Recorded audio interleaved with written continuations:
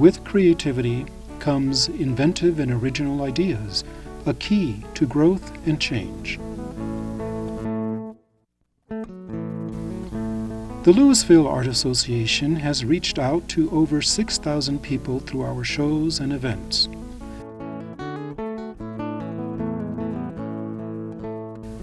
We have a membership of over 325 people.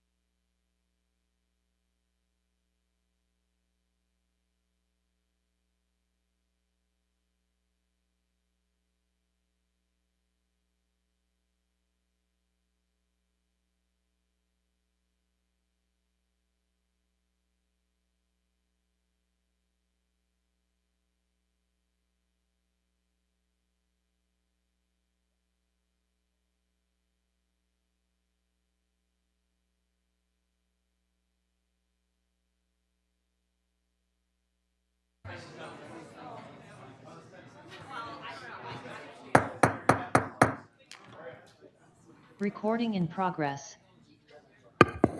Since Judge Thrower here, I'm going to say order in the court, but that's probably not the right thing. So, welcome to the Louisville, Colorado City Council meeting of Tuesday, October 17th, 2023. And I'm Mayor Dennis Maloney. Call the meeting to order. Can we have a roll call vote? Roll call, please. Yes. No votes. Mayor Maloney, Here. Mayor Pro Tem Fahey, Here. Councilmember Dickinson, Here. Councilmember Hamilton. Here. Councilmember Hefner, Here. Councilmember Lay. Thank you. Would you all stand and join me in a pledge of allegiance? I pledge allegiance to the flag of the United States of America and to the republic for which it stands, one nation, under God, indivisible, with liberty and justice for all. Thank you, everyone. Next up is approval of the agenda. Is there a motion to approve the agenda? So moved. Second. All in favor, say aye. Aye. Next is the oath of office for Ward 2 Councilmember Judy Kern. I'm going to invite Judge Thrower to come up and Judy Kern to join him.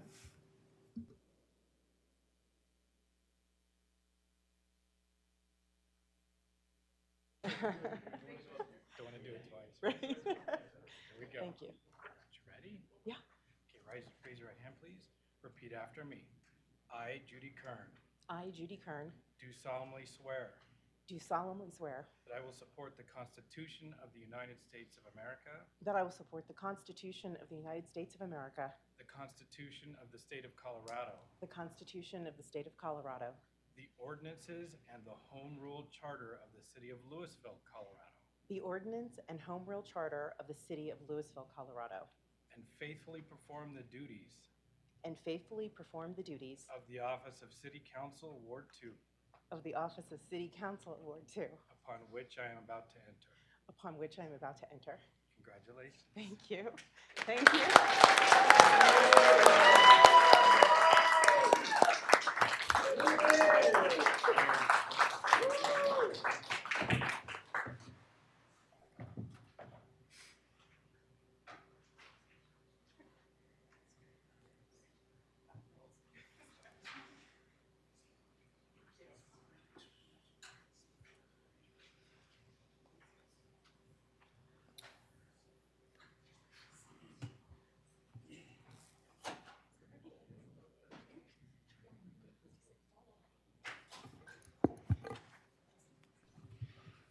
Councilmember Kern, please join us at the dais.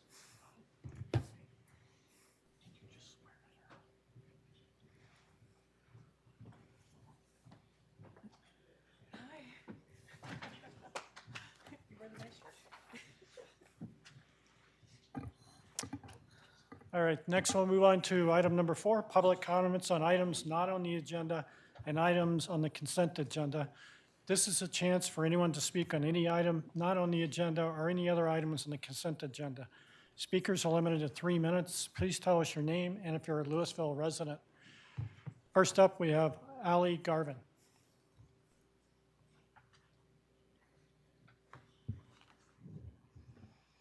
Hi, thanks for having me. My name is Ali Garvin, and I've been a Louisville community member for 4 years. I live on West Harper Street off of Via Appia across from Cottonwood Park. I'm here today to share with you an extremely dangerous experience I had crossing Via Appia this month. On September 27th at 3:48 p.m., I was walking with my family across Via Appia in the crosswalk to go to Cottonwood Park. 2 cars driving north on Via Appia drove straight through the crosswalk back to back without stopping. To be clear, there were 3 adults, my 1-year-old in a stroller and a 3-year-old in a scooter in the middle of the road. And these cars did not see us. They passed within 10 feet of my 3-year-old with him patiently waiting with his uncle. I started yelling and waving my hands, but this did not get the attention of the vehicles. I cannot emphasize enough how upsetting and dangerous this situation was. And as terrifying as it was not my first experience in this specific crosswalk getting to the park. In the last year, I've had a dozen experiences like this, though this was the most intense. It is not uncommon for cars driving north to blast through this crosswalk unaware of pedestrians. Because of the curve in the road and the positions of the trees, it seems that drivers going northbound aren't able to see pedestrians until about 40 feet in the crosswalk. This crosswalk is the primary entry point to Cottonwood Park for the Parcadelo Zingadar mobile home community, West Harper Street, Griffith Street, and Franklin Street neighborhoods. There are at least 50 kids under the age of 12 in this area who utilize this crosswalk to go to the park. We need to prioritize safety enhancement funding for this crosswalk based on the obstruction of view for northbound drivers. Crossing lights at the Cottonwood Park crossing would at a minimum grab the attention of drivers to slow down and pay attention. But I believe something also needs to be done to slow down the speed at which drivers approach this curve and approach this crosswalk. We know that there's funding available for Via Appia since Louisville has recently poured money into the beautification of the median in front of the rec center, whereas I feel like there's funding that needs to be moved towards safety for pedestrians on Via Appia. Beauty is definitely important, but safety is essential. So safety needs to be prioritized at the Cottonwood Park Via Appia crossing before a child or adult are hit by a car. Thank you for your time. Thank you. Is there anyone else in the chambers who would like to make public comment? All right. Is there anyone on Zoom who'd like to make public comment? All right. Seeing none, we'll move on to consent agenda. Does anyone have any changes to the consent agenda? All right. Is there a motion to approve the consent agenda? So moved. Second. All in favor, say aye. Aye. Aye. Opposed? Motion passes. Thank you very much. Next is council informational comments on pertinent items not on the agenda. Do any council members have any pertinent items not on the agenda which they would like to report? Okay. City managers report. Thank you, Mayor. I have 3 quick items for you. First of all, I'm proud to say that Kayla Betzold and Kevin Fry will be presenting the internal decarbonization plan that you all approved last meeting at the Mountain Town Climate Solutions Summit in Vail tomorrow. So I'm proud that they're going to be representing us up there and telling that story. Also proud to report that Rob Zucchero, our Community Development Director, was just appointed to the statewide Wildfire and Resiliency Code Board as a representative. We felt that we need to have a stake there, and so I'm really glad that Rob is happy to serve in that role there. Last, I want to make sure you know that you've talked about and asked about a use tax rebate program for installation permits. We have actually been doing some work on that since your last request, and even before that, actually. And we have that scheduled for first reading November 28, second reading December 5th. So just an informational piece there. Thank you, Mayor. Thank you. Next up is regular business. We have a presentation of A is presentation of findings, wildfire hazard and risk assessment of Louisville public lands. Just so we're all on the same page, this is an informational item and it's an update. So it's not a resolution or anything like that. So Who is, I'll start. thank you. That's okay. Good evening, Mayor, Council. Adam Blackmore, Director of Parks, Recreation, and Open Space. We're going to have a litany of introductions here, as I'll be leading into an introduction of our Open Space Superintendent. But I did want to provide a brief project background for what you'll be seeing tonight. This project and this presentation has been in the works for around a year. It was put out through a competitive request for bid process, and we enlisted the services of Linker Corporation and the Ember Alliance, who you'll be hearing from this evening. I'd reiterate that while our open space superintendent is with us tonight and will be speaking to you, this was a entire public lands evaluation and risk assessment, so it also encompasses parks, it encompasses our water treatment facilities, and it incorporates our ditches as well as part of the review. It has been a collaborative effort, so I would like to just give a little kudos to Public Works and to our fire department and to community development for all of their efforts in this as well. Ember will be telling you a little bit about what we have done since we retained the services of Linker Corporation up until now operationally, preemptively working towards some of the mitigation recommendations or proposed recommendations that you'll hear this evening. So without further ado, I'll turn it over to Ember Brignall, our Open Space Superintendent. Hi, City Council. Thanks for being here this evening to hear about this important topic. As Director Blackmore shared, my name is Ember Brignall. I'm the Open Space Superintendent for the City of Louisville. And before I hand this presentation over to our consultants, I really wanted to ensure Council and the community that this work is really important to us. And we're very proud of the work that we're sharing with you tonight and the work that's being presented tonight. I also wanted to emphasize that while we have been collaborating with our consultants for the past year, we haven't been waiting for a perfect answer. We have been working to implement fuels mitigation throughout 2023. There is information in more detail in your packet covering that topic, but I just wanted to highlight a few of those numbers before we introduce the presenters. So in 2023, for open space, we have completed over 400 acres of fuel reduction on open space. This is a very significant number. We have hired 3 contractors to help us meet these objectives. I think you're all very familiar with the grazing contractors up to this point, but we have one contractor who's managing grazing. If you've been out at Davidson Mesa or North Open Space, you've likely seen them. That has resulted in over 91 acres of fuel reduction. We also have goats grazing at North Open Space. You've seen them in a wooded area where it's really hard for us to use mowers or other equipment, so the goats are very effective in that area. And they have completed 30 acres of fuel mitigation. And our third contractor is a mowing contractor that we've been working with since the Marshall Fire to mow in between open space and private property in select areas. So that mowing ranges from 10 feet to 30 feet. And they have covered 130 acres of fuel mitigation. And in-house, this is my last statistic, in-house we have also continued to work on our trail corridor mowing. And if you had the opportunity to read the plan, you'll see that's an effective fuel break. So the trail edge in combination with the width of the trail really serves as a successful fuel break for people to enter and fight the fire and also to drop the fire down. So that is something we've done for the past 10 years. We continue to do it, and it's about 146 acres of fuel reduction. So all of this information can be found in your packet in more detail. I'd also really encourage you and the community to look at the link in your packet that goes to the story map. We recently put together a story map that details all of the ongoing efforts of open space. We're hoping to keep that live and up to date so the community can follow our efforts. It does have a nice feature. You can type in your home address and see what the open space work is occurring near your home. We have polygons that show each of the treatment by mitigation options. So it's a great tool to stay up to date with what we're doing. So we're very proud of our 2023 efforts. We think it was really successful to complete 400 acres. We're excited to move into 2024.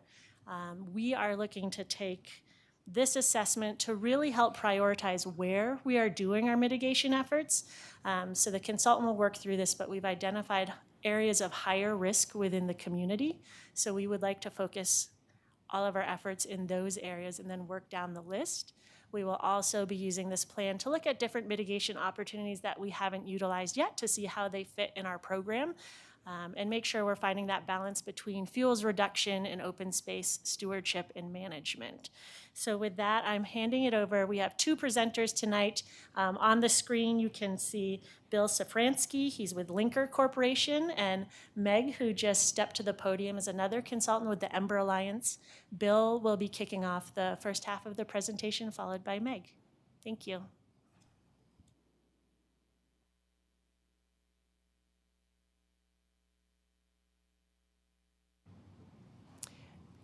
Bill, just checking in to make sure you can hear us and are ready to present.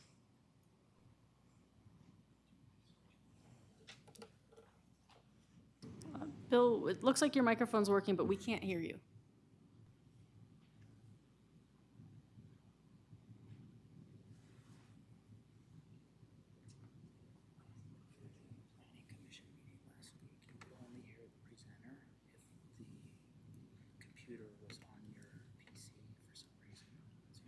Any change Yes. at all on that? Yes. Yeah, we can hear you. I think we're going to need, Bill, I think we're going to need you to run the presentation, if you don't mind okay. sharing your screen. We seem to have an audio issue with the other computer. Okay, Thank you. sure thing, no problem. Right, so let me share my screen here.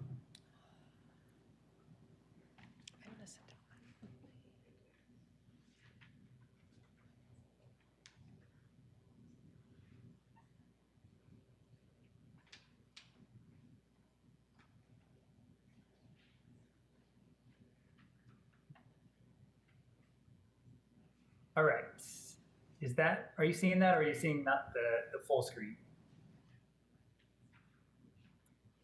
We're seeing it, but not in presentation mode, but we can certainly see it. Okay, let me fix this one.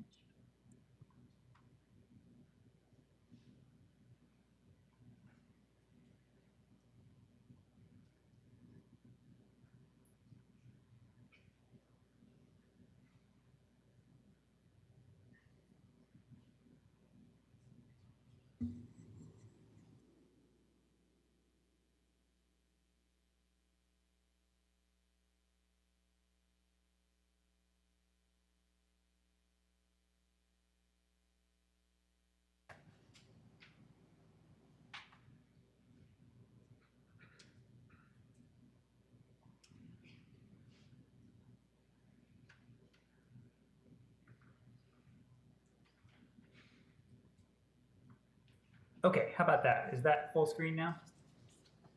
Perfect. Great. Okay, sorry about that. All right, well, hello everyone. My name is Bill Safransky. I work at Linker, and I'm here today with Meg Matonis with the Ember Alliance. And so we're talking about the Louisville Wildfire Risk Assessment. And I just want to take a moment and just thank the community for trusting us with this really important project, and also thank the community for engaging with us as a part of this project for our public meetings. And so here on this slide, I'm showing those public open houses that we held in February and May of this year, and then also our meetings with the Open Space Advisory Board, where we were able to engage and get good feedback on the project. And so to kind of summarize the project quickly here, this is a wildfire hazard and risk assessment of Louisville public lands, where we're identifying these risks and then also identifying mitigation opportunities across these public lands. And the purpose, of course, is to become more resilient for wildfire in the future. So, we've, of course, finished our project here, like Ember had mentioned. This slide shows an outline of what we included as a part of this final report. So today we're really going to be focused briefly on Section 3, the wildfire risk assessment, and then Section 4, the mitigation assessment that Meg's going to step through in a little bit. And I also want to call attention to Section 5, where we provide community resources, really based more for residents of Louisville, whereas the rest of the report is really focused more on public lands and facilities. So stepping into the risk assessment, we've got basically two major parts that we're going to be looking at that both come from wildfire behavior modeling. And we relied on the state of Colorado's wildfire behavior model for this risk assessment. This is work done by the Colorado State Forest Service and their contractors. And we use the outputs of that model that are burn probability and flame length. And that's kind of what I'm showing here right now. So the burn probability, you can see that we've got, this is the likelihood of fire occurring in a given area in Louisville. And so we can see that we have higher burn probability shown with those orange colors, more along the western boundary of the city. And then we've got lower or medium burn probabilities in that kind of southeastern part of the city, and then lower burn probabilities everywhere else. The second part that I mentioned is flame length probabilities. And there's a lot going on in this map, so I'll kind of briefly summarize it. But first I'll say that the flame length probability is kind of our general indicator for the severity or intensity of the fire. So we use this as a part of our risk framework for that component. And so what this map is showing is the flame length heights that are more likely to occur across the city of Louisville again. And so what we can see is that in the upper right and upper and lower left corner especially, we have darker red colors indicating higher probabilities or higher likelihoods of those flame lengths occurring. And so basically for the city of Louisville, given a lot of the grassland fuels, we're more likely to see flame lengths of 2 to 4, 4 to 6 feet, with lower probabilities shown here of 8 to 12 and greater than 12 feet. The second part of our risk assessment is the vulnerability, and that's where we look at the assets, the lands, the facilities that are part of this public lands analysis. And so what we're showing here on this map are those lands and facilities that we considered. So generally speaking, they're into 3 categories. Our public lands includes the open space and the city parks. And then our city facilities includes buildings like the Recreation Center and the City Services Building, as well as the building you're all in right now. And then the third component are the water facilities like the water treatment plants. So those are shown here on this map. And what we did as a part of this risk assessment is that we use our hazard analysis coming from the wildfire behavior model and our vulnerability analysis that we just showed those components. We bring those together with basically susceptibility components to calculate our wildfire risk. And so that's what we're showing here on this map. And again, you can see that in the darker red and orange colors, those show the higher wildfire risk. And so we can see that again, kind of along that western boundary and northern boundary of the city, we've got those higher wildfire risk scores and elements basically. And so we've compiled this into kind of an average wildfire risk score. And what we've shown here are the top 10 highest wildfire risk areas. So as I mentioned, some of that risk occurs along that western boundary. So we've got the Howard Berry Water Treatment Plant as the highest element. We've also got some of the parks around North Open Space is also showing up as high risk. And then Davidson Open Space and Damjanovich also showing up as kind of a moderate risk. And then finally on this list, we've got the Coal Creek Trail as low risk. So this is just kind of the snapshot. As I mentioned, we've got a full comprehensive list of all of these public lands that we assessed included in the full report as well. And so with that, I'll pass it over to Meg to discuss the mitigation. Hello, good evening, everyone. Sorry, I'm trying to speak to you as well. You'll have to look at my back. My name is Meg Matonis. I'm a wildfire analyst for the Ember Alliance, and I've been a wildland firefighter with the Larimer County Sheriff's Office for 8 years. I also have my PhD in forest ecology from Colorado State University. I usually try to avoid reading a narrative when presenting, but I wanted to make sure that I cover all my main points in the time allotted because it's such an important topic. I just have kind of a preamble before I get into the details of the slides. You can go to the first slide, Bill, but we'll be on this one for a little bit. Okay. Becoming a fire-adapted community requires a comprehensive approach and coordinated action to address shared risk. Fuel treatments on properties managed by the City of Louisville, which is primarily what we cover in this report, are just one piece of the fire resilience puzzle. Partnerships between agencies, landowners, and homeowners are necessary for meaningful progress towards fire resiliency. I wish there was a clear, guaranteed solution for mitigating wildfire risk so no one has to experience the tragic loss of homes that many of you suffered. There are several ways to modify the amount and arrangement of vegetation to potentially change fire behavior and create opportunities for firefighters to engage with wildland fire. And there are methods to reduce the susceptibility of structures to wildfire. But as the report highlights, there are also trade-offs to all of these actions. And unfortunately, the truth is that there are no mitigation strategies that can optimize all values for public land and minimize wildfire risk at the same time.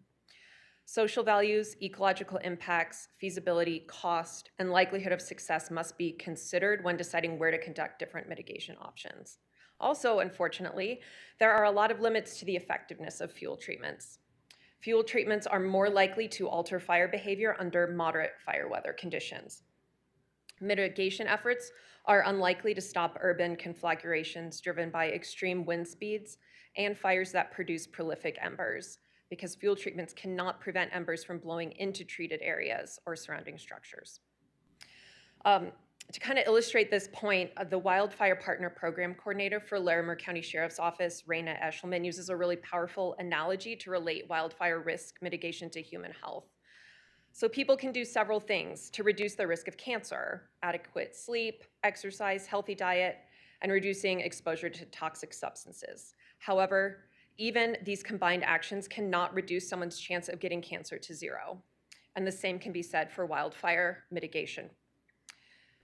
So given the range of values provided by public lands, which include open spaces, recreation, wildlife habitat, beautiful views, and others, and then the uncertainty of wildfire occurrence and fuel treatment effectiveness, in the report we recommend that the best framework for enhancing wildfire resilience in this community are actions that have co-benefits in addition to wildfire risk reduction.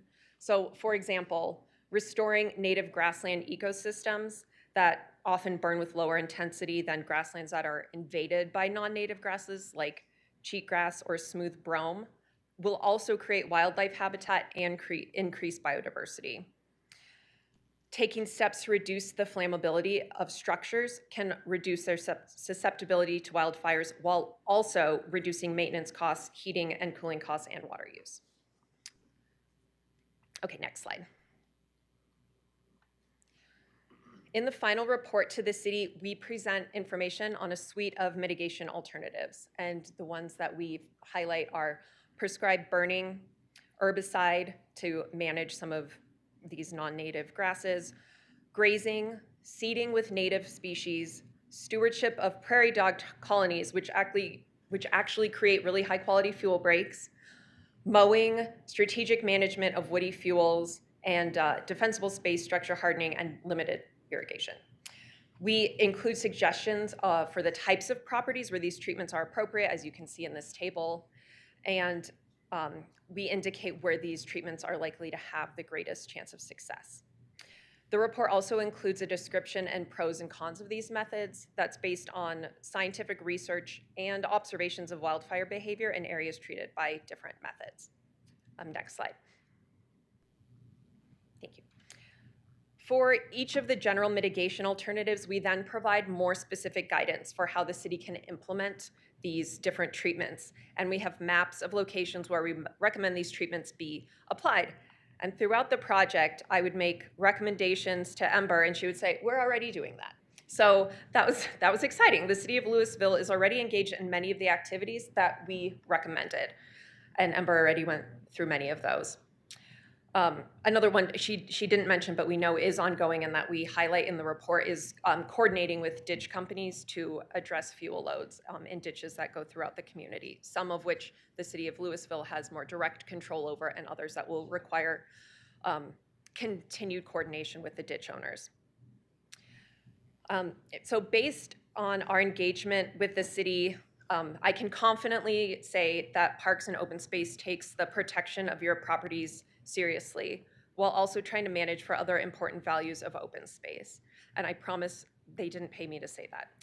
I pride myself in sincerity, and I really do mean that. I have observed resiliency and fortitude across the community, both from homeowners who we've interacted with and city employees.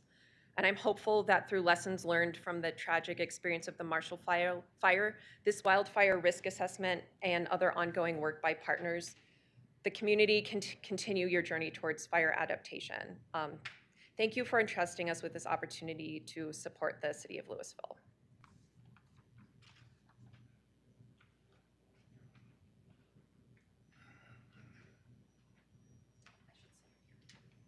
I'll stay up here for questions. Any questions on the presentation from the council? Okay, we'll move on to public comment. So thank you. First up for public comment, we have Tanya Samaru.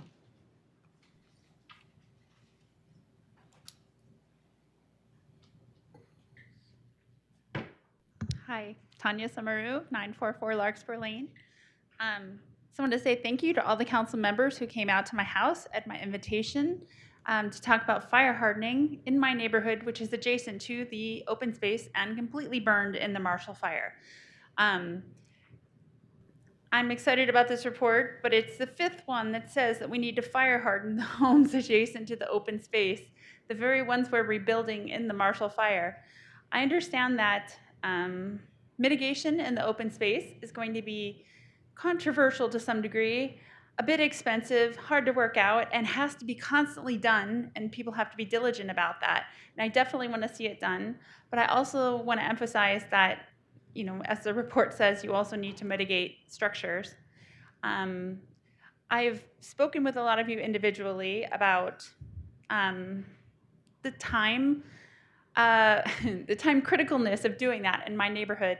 Most of us rebuilding our homes are now in permitting, and there, in my neighborhood alone, I estimate about 30% of the houses may be rebuilt by investors who are building much bigger, larger, more expensive houses than the ones that existed there before, and in many cases are being built.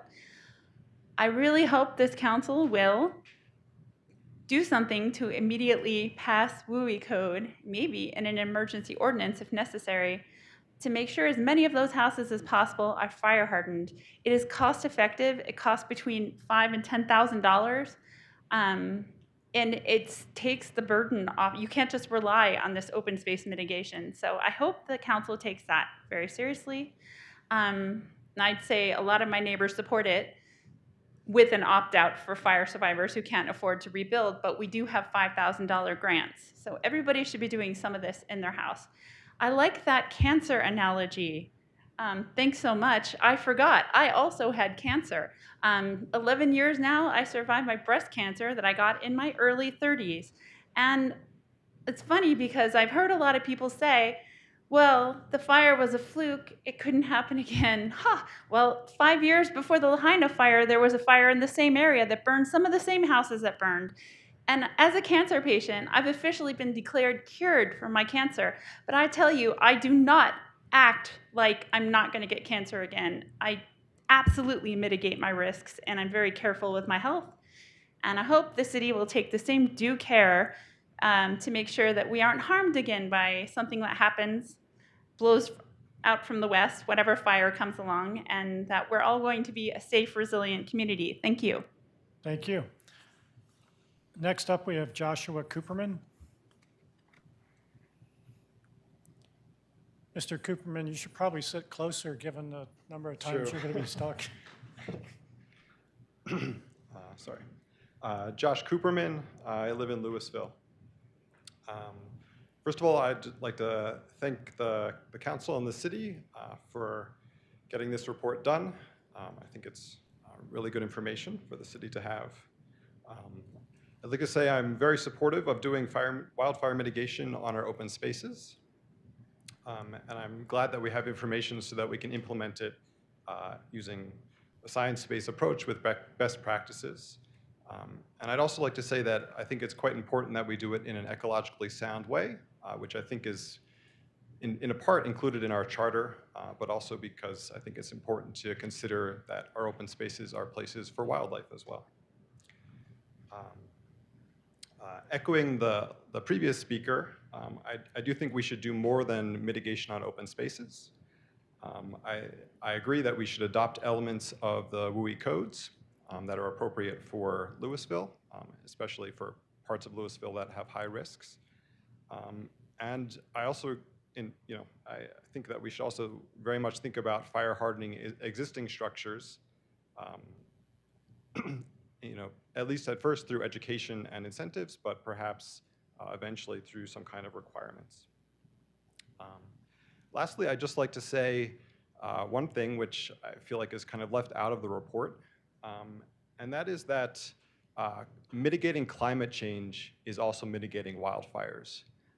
At the present moment, climate change is probably the biggest factor in heightening wildfire risks in many locales all over the world.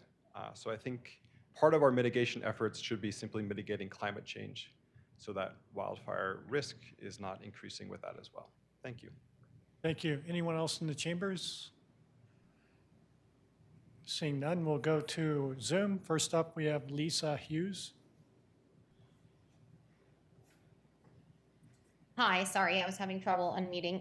Lisa Hughes, I live in, or will be living in Louisville again when my house is done. I have a comment. Well, I agree with the previous two speakers, but I also have a comment for the presenters. I don't know if they'll be allowed to address this, but I read through, well, first of all, thank you for your work and everything you've done, and I think the report is amazing. I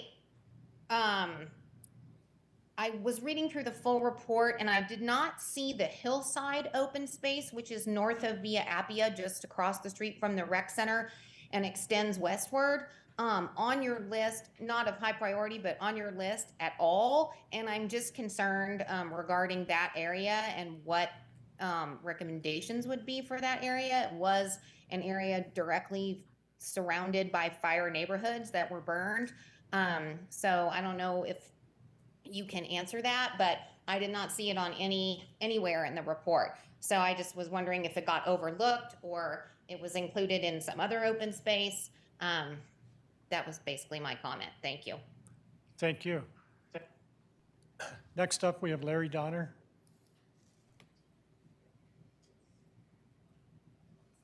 Yes, my name is Larry Donner. I lived at 1020 Willow Place. I will be living there again next month. I'd like to start out by saying I think the report was very well done. I particularly appreciated the prairie restoration maps and where they suggested we do prairie restoration. And I would like to thank the city staff for the efforts they've done. I took a tour of Davison Mesa where they are beginning to do some prairie restoration. It's well done, it's well thought out, and while we can never eliminate all risk of wildland fire, I think had the city taken this approach 5 years ago, the risk would have been reduced to the point where we would not have seen the major conflagration that we did. So I want to thank city staff for what they're doing, and I just want to support the report as it was written. Thank you. Thank you. Next up, we have Rick and Ruta.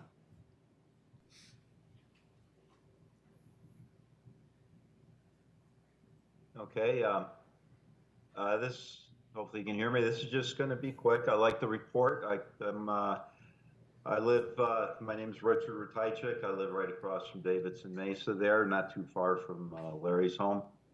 I like the mitigation report. I hope that we continue to move forward, considering the destruction that happened in our area.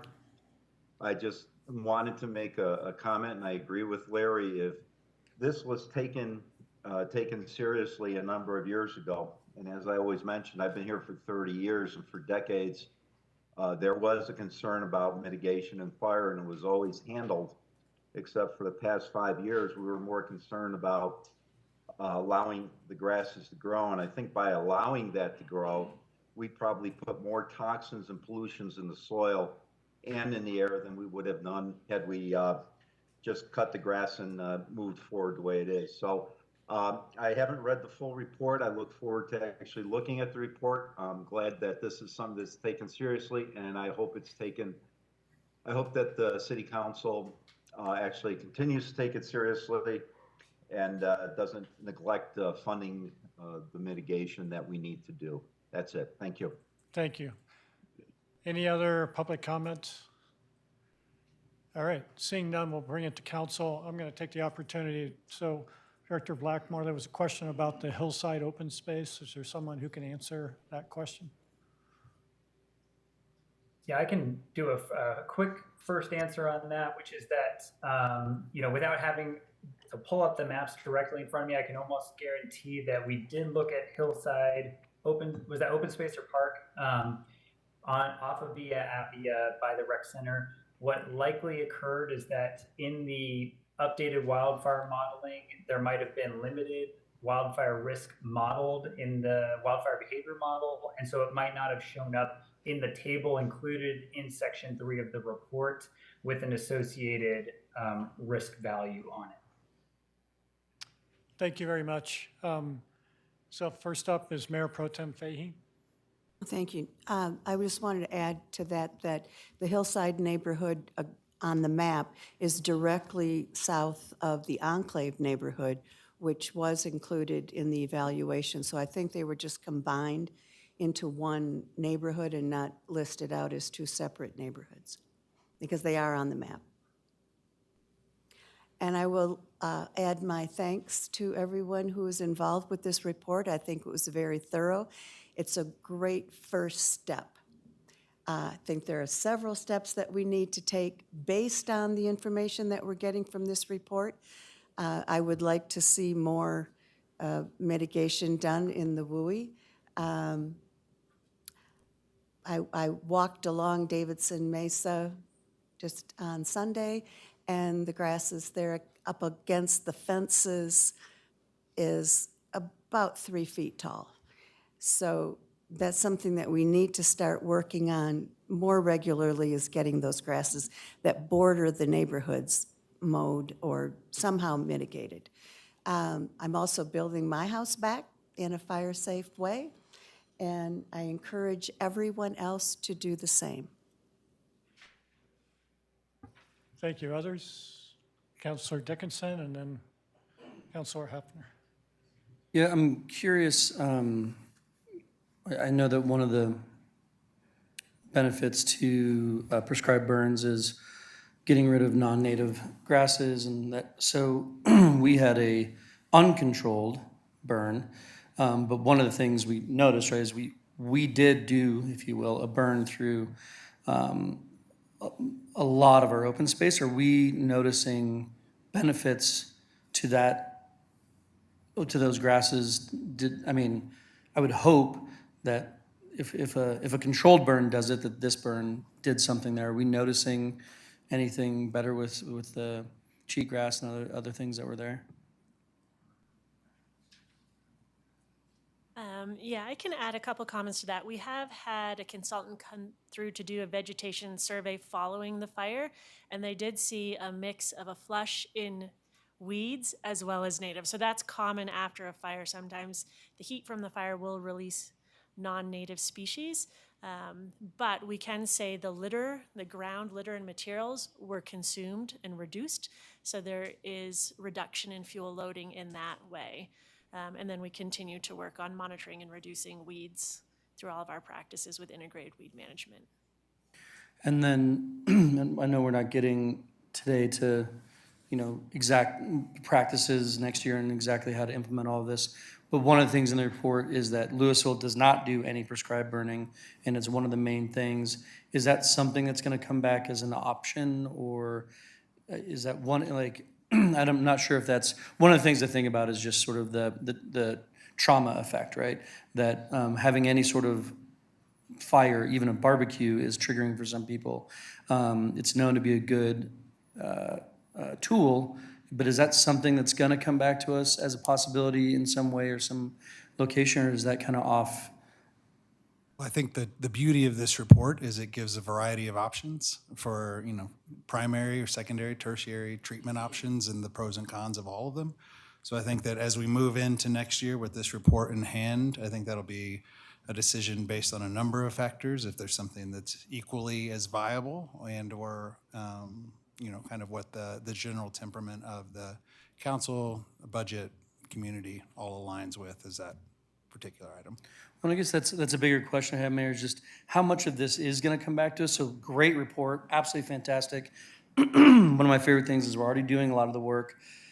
You know, how much direction is needed from council as opposed to we've already, I think, set pretty clear direction that this is something we care about and want to do. So, I mean, we don't normally get into the nitty-gritty of exactly how to do the work. We have a great report with great ideas and a great staff to implement that and direction from council that we want it done. So how much, I mean, to my last question, how much is really coming back to us versus, great, keep doing the great work? So that's a good question. City Manager, would you like to address that? Yeah, thank you. And I was trying to project over to Adam and Ember. Next steps, if you could talk about the next steps piece. I think that's what council member's asking. Yeah, so a couple things. This topic and coming back before you is on the proposed work plan for next year for City Council to have some attention to this as we kind of evolve our practices. And so, you know, that can be included with discussions about how we go about that. But next steps for us, we are in a multi-year agreement for our grazing effort. We've already expanded our cattle grazing from 1 property to 2 property. We'll be taking the primary recommendations, particularly as Ember mentioned earlier, now that we have a prioritized list of risk that we can kind of pull from, and we'll be working through those as our top priority as we move into the future. And maybe my last question is it fair to say that a lot of these things have pretty big price tags or could have big price tags? The passing of 2C is pretty critical in funding most of the work that we would do here, correct?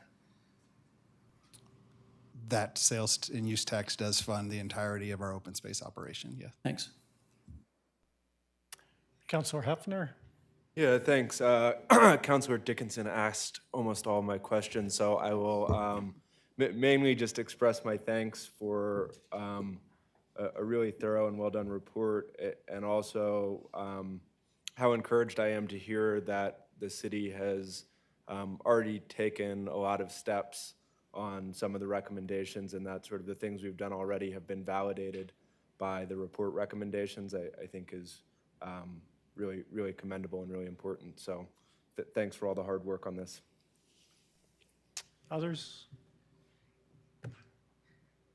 Councilor Kern. Thank you. My first opportunity to speak. This is exciting and a topic that is especially near and dear to me. I think pretty much everybody here knows I, like Deb, lost my home in the Marshall Fire. I am not in the enclave or hillside. I'm in the neighborhood directly across McCaslin from that. So please consider those neighborhoods too when we're talking about really high risk. When I looked at the maps, I saw that there was a delineation. The street didn't stop the fire. So, granted, there were super high winds, but I think that even less winds will bring it. And we saw some abnormal movement in the fire plus normal movement. And I appreciate that that's all kind of being brought forward. One of the things I wanted to thank you for, too, is the time that went into this. I spent, I think it was 5 or 6 hours reading the entire report and looking forward to being able to share that with a lot of the other community leaders that are actively involved in this. I like seeing the changes that have already been made to open space. I really, really appreciate it. It's a lot of peace of mind for those of us rebuilding and just people who, in general, who are staying in this community and want to know that it's going to be safer moving forward. I would like, though, to address the comment about the height of grasses in our open spaces. And I know we've discussed this, and if I'm speaking out of turn, please correct me, Jeff. If we can do things like this calendar year before we get into the super dry winter of an additional round of mowing in these areas that we see that are very high, and if there's budget issues with that, if you can bring that to us so that we can have a conversation and figure out what would be needed, that would be monumental, as the fact that the last fire happened in December. I don't want to say, oh, it's into the growing season, nothing will happen. If it's high now and we're at the tail end of a growing season, I'd really love to see a way for us to mitigate that if any way possible. Other than that, just thanks for all the hard work. There's a lot of us in here tonight that if we can add the component of hardening, not just to public buildings, but to private spaces, we will have a good, solid plan to rebuild and move forward. And I would like to say, and I'm sorry, Jeff, if I'm jumping ahead too, We absolutely need to make home hardening part of the 2024 work plan. And if it's possible to move it into this 2023 and part of a conversation sooner, I would love to see that. And I think there are a lot of residents who would like to see that too. Thank you. Anyone else? Councilor Lay. Yeah, I think the questions have largely been answered, so I'm just going to echo the appreciation for the work that was done on the report, because it was huge, and I think something that a lot of people have been waiting for, and I mean, there's execution, right? And that's kind of trying to figure out what the policy is, which of these will be useful for you, which you need guidance on. I mean, WUI code is something that you're going to need council's approval on. And so those are things that we need to, look at ourselves, and I know we will. So I wanted to just call out one thing, and it's not really even in the report. Amber, you are not the Amber Alliance, right? I just want to make sure That is correct. Okay, no, That's that a wasn't what I separate was- entity, unrelated. All right. But it is a great name. But it is a great name. I'll say that. One of the things that I had the privilege of doing is to go out with the open space board and to look at some spaces in town. And I'd encourage others to do that on council if you haven't. I hadn't done that before, and it was really interesting to see the way in which Amber, you reviewed the spaces, things that you were noticing and pointed out to us. I think it was also interesting to see the other members of the open space board who are incredibly knowledgeable, and there's a lot of rich experience there to draw on. And it was very enlightening, because sometimes when we're looking out at that, I know this is true for other people in the community, when you look out at a field in an open space, it's not easy to tell unless you're familiar what's native, what's not, what's invasive, what's not. I mean, we know certain things that are invasive. I think we can all agree, we can all know Russian olives and all of that. But some of these others are different, and it's very important. I think it was very important to me just to see how much management needs to happen out there. And it was also exciting to see how excited you were about your job, because you are excited about your job, and I appreciated that too. So it's just a plug for Amber's crew. If you get a chance to go out with them, it's worth it. So I just have a few. Do you have another comment?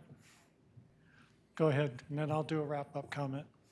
Okay, I just want to say again that this was a wonderful report and that it is the first step. I would like to see the next step being a priority of what we're going to do, in what order, and the locations, in order to, implement the plan in the most effective and cost-effective way. Thanks. Thank you. Well, I want to thank staff, and certainly I know this was across many departments within the city. So, first off, just finding the whole analysis and the report and what we were looking for as a product. We got printed copies, which I was amazed by some of the big sheets we were looking at and so forth. But, the recommendation about next steps, it's part of the, our work plan. So from a policy perspective, this is going forward.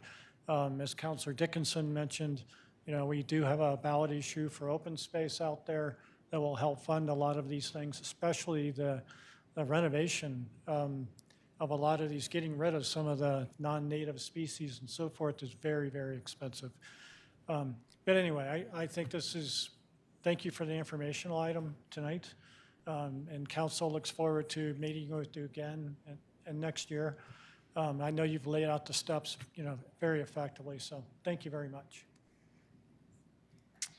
All right, we'll move on to regular business, item B, resolution number 63, series 2023, A resolution approving a conservation easement for the front facade and first 10 feet of the primary structure and the property located at 601 Lincoln Avenue in exchange for a $30,000 grant. So with that, I will open the public hearing and ask for a staff presentation who appears to be ready to go. That timing worked out better than I thought it would. Okay, yes, thank you very much, Mayor and council members. This is a presentation on 601 Lincoln Avenue, resolution number 63, series 2023. This is a conservation easement and a $30,000 grant. Public notice was met as required. So I'm going to start by giving sort of an overview because this is not a typical preservation case, and then I'll get into the details as I go. So just to summarize the request overall, it's for a conservation easement that would cover the front facade and the first 10 feet of the, so sorry, hold on. Bless you. It's for a conservation easement that would apply to the front facade and the first 10 feet of the primary structure. So you can see up there on your top right, that dark red color is sort of the aerial view of what would be affected by the easement. The easement itself includes an Exhibit B, which shows the parameters of the easement. I'll go through that in a little bit, but down at the right, bottom right, you can see like the first page. So it actually is a picture in the easement. And overall, this limits the ability of the applicant to change anything on the part of the structure that is within the conservation easement. Accompanying this is a $30,000 grant, which would be in exchange for the easement, and that number is based on funds required to restore the front portion of the structure. Okay, so conservation easements, which are not super common in Louisville, but we do have them, are under the authority of Section 320.605 C and D of the Louisville Municipal Code. Both talks about and gives the ability for the city to purchase easements, place easements, and then also to use funds to purchase easements or grant funds, for preservation. There is also a grant program for downtown properties specifically that place easements in exchange for preservation and restoration style grants. So just to kind of fill out the picture, as it were, of all what the easements are like in Louisville. Just to note, 601 Lincoln Avenue, of course, is a residential property and it's not downtown. But we do have, a similar grant program to what's being proposed tonight for this easement specifically. And I would say in general that easements can allow both more flexibility and also more specificity than a landmark. So they can allow more specificity in the sense that you can place them on a specific structure or a specific part of a structure in a way that our landmark program doesn't allow, because landmarks cover the entire property. But they also allow more flexibility because they don't have to meet the same criteria as landmarks. So on this project in particular, the Historic Preservation Commission recommended approval in December of 2020. The proposed addition that's basically on the back, immediately starting in the back of the easement, it's not compatible with landmarking, but the easement itself would be protected. And so the Historic Preservation Commission recommended approval of both the easement and the grant in exchange. Now, between 2020 and 2023, the applicant did complete restoration work and the addition as well, and I'll talk a little bit more about that in a minute. So the proposal for the easement itself would, as I said, it denotes the front 10 feet of the structure and also the front facade. So the way it's outlined in the Exhibit B itself is over there on the left in that purple solid line box, so you can see kind of what that actually literally looks like. And then there's also an exhibit that details, specifically what would need to be preserved in the elements. So basically, if this were approved, any changes that the applicant wanted to make, they would have to go through a review process and they would have to match this. So effectively, they're not able to change things beyond what's being preserved in the easement. But of course, if somebody ran a lawnmower into the front part of the house or something like that, and they needed to do some type of building permit work, they would actually need to come back to what's shown here in this easement. So, this isn't a landmark, but we can use similar criteria, the same criteria to evaluate it, right? So, architectural significance of this property, first of all, the structure itself is identified as one to preserve, as a priority property to preserve, in one of our Paleo West consultant surveys where they went through and looked at, honestly, at this point, it's been hundreds of properties downtown, and they do have some lists of what properties should be landmarked or preserved in some way. So this is on that list. The easement itself, so I'm not going to talk about the structure overall, right, because that's not applicable. We're talking about the easement. The easement contains specific elements, including folk Victorian ornamentation, and then a front porch. And then also, in addition, the restoration work that's been completed actually helps to increase the architectural integrity. Social significance as well. So this is an early 20th century home, and the ownership of the property at that period has connections to the mercantile building, and then sort of a longer history of connections to downtown commercial history in general. So it definitely does have architectural and social significance in that way. And then just to note, the easement protects the front facade and maintains a number of those architectural elements that tell a little bit of that early 20th century story. So in terms of the grant, the proposal is $30,000. Where that money, that amount overall comes from is foundation and crawl space work, roof repairs, exterior finishes, window and door replacement. And so we took the total of that, which is $60,000, divided it by 2 as though it were a matching grant. That's where the $30,000 comes from. So in terms of analysis, and I'm using this word grant, and of course it's not technically a grant, it's technically a purchase of an easement because we don't have a grant program for this. But I think it captures, well the intention of having the work be related, as would our other grants be, right, to preservation and restoration. So it's based on estimates from 2020, the work was completed. As I mentioned before, it improves the architectural integrity overall. And then also just to note, HPC voted to recommend approval of the cost of the easement, right? So they took all of these different factors into consideration, recommended approval at that time. I will note there are some changes to the addition, so not the easement itself, but to what was built behind it between the HPC approval and now that are reflected in an updated Exhibit B. Staff didn't find that they really affected the easement itself, and so didn't, not recommending any sort of condition or change, but just to note that there are some elements of the exhibit that are slightly different from what HPC reviewed back in 2020. So I'll just end here by summarizing that staff has prepared Resolution 63, Series 2023, which would approve the conservation easement, on the portion of the primary structure notated in Exhibit B, and it would also approve the purchase amount of $30,000. And I'll just end by saying, as I noted in the staff report, that staff's not making a recommendation now, but just rather bringing forward the HPC's recommendation to council. So I'm happy to answer any questions you have, but that is the end of my presentation. Thank you for the presentation. Any questions on the presentation? Councilor Hefner? Yeah, I just want to check my understanding on something, which is this conservation easement treatment would be available to another similarly situated homeowner, imagine the same circumstances somewhere else in town. This isn't a one-off. This is something we could do again. So it is a unique case in that there's not a grant program that currently exists for this. So anybody that came in the future would have to go through its own sort of bespoke process, the same as this one. So that's the answer to that question. Somebody could ask for a conservation easement on a commercial property, on a residential property, and that would go through staff review, HPC review, and would sort of be looked at the time. But there's no specific grant program being proposed.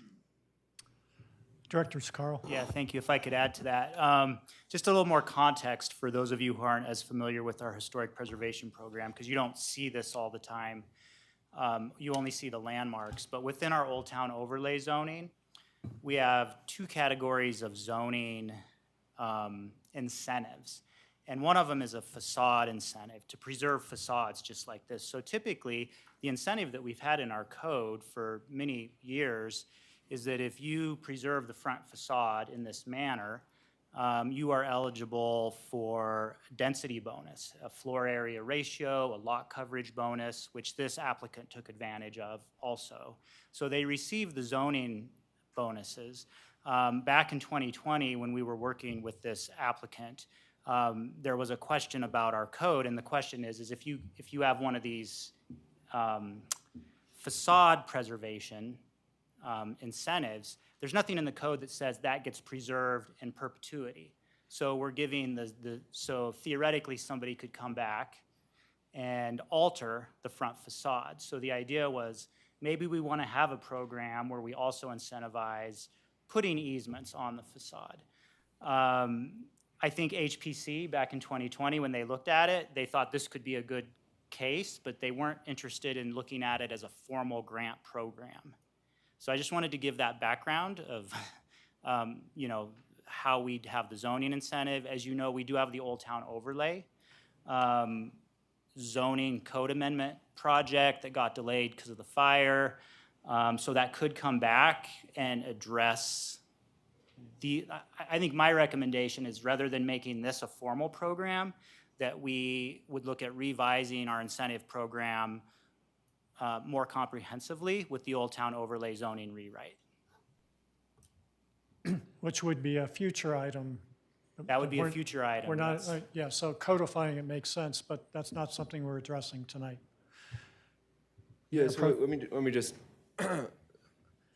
so there, I mean, there must be some, we must have some legal authority to do this, right? Like, there must be some basis that allows Yes. us to do this. And I just want to make sure we're not saying we're making this available for these individuals in particular, and wouldn't, even if we don't create a program, we wouldn't sort of imagine the exact same house next door, right? Exact same circumstances. Are we saying we wouldn't at least consider making the same type of conservation easement purchase available? I mean, I think City Council could consider approving other conservation easements that were similar to this. I think this is a bigger policy discussion about, is this the right tool for preservation of small portions of front facades?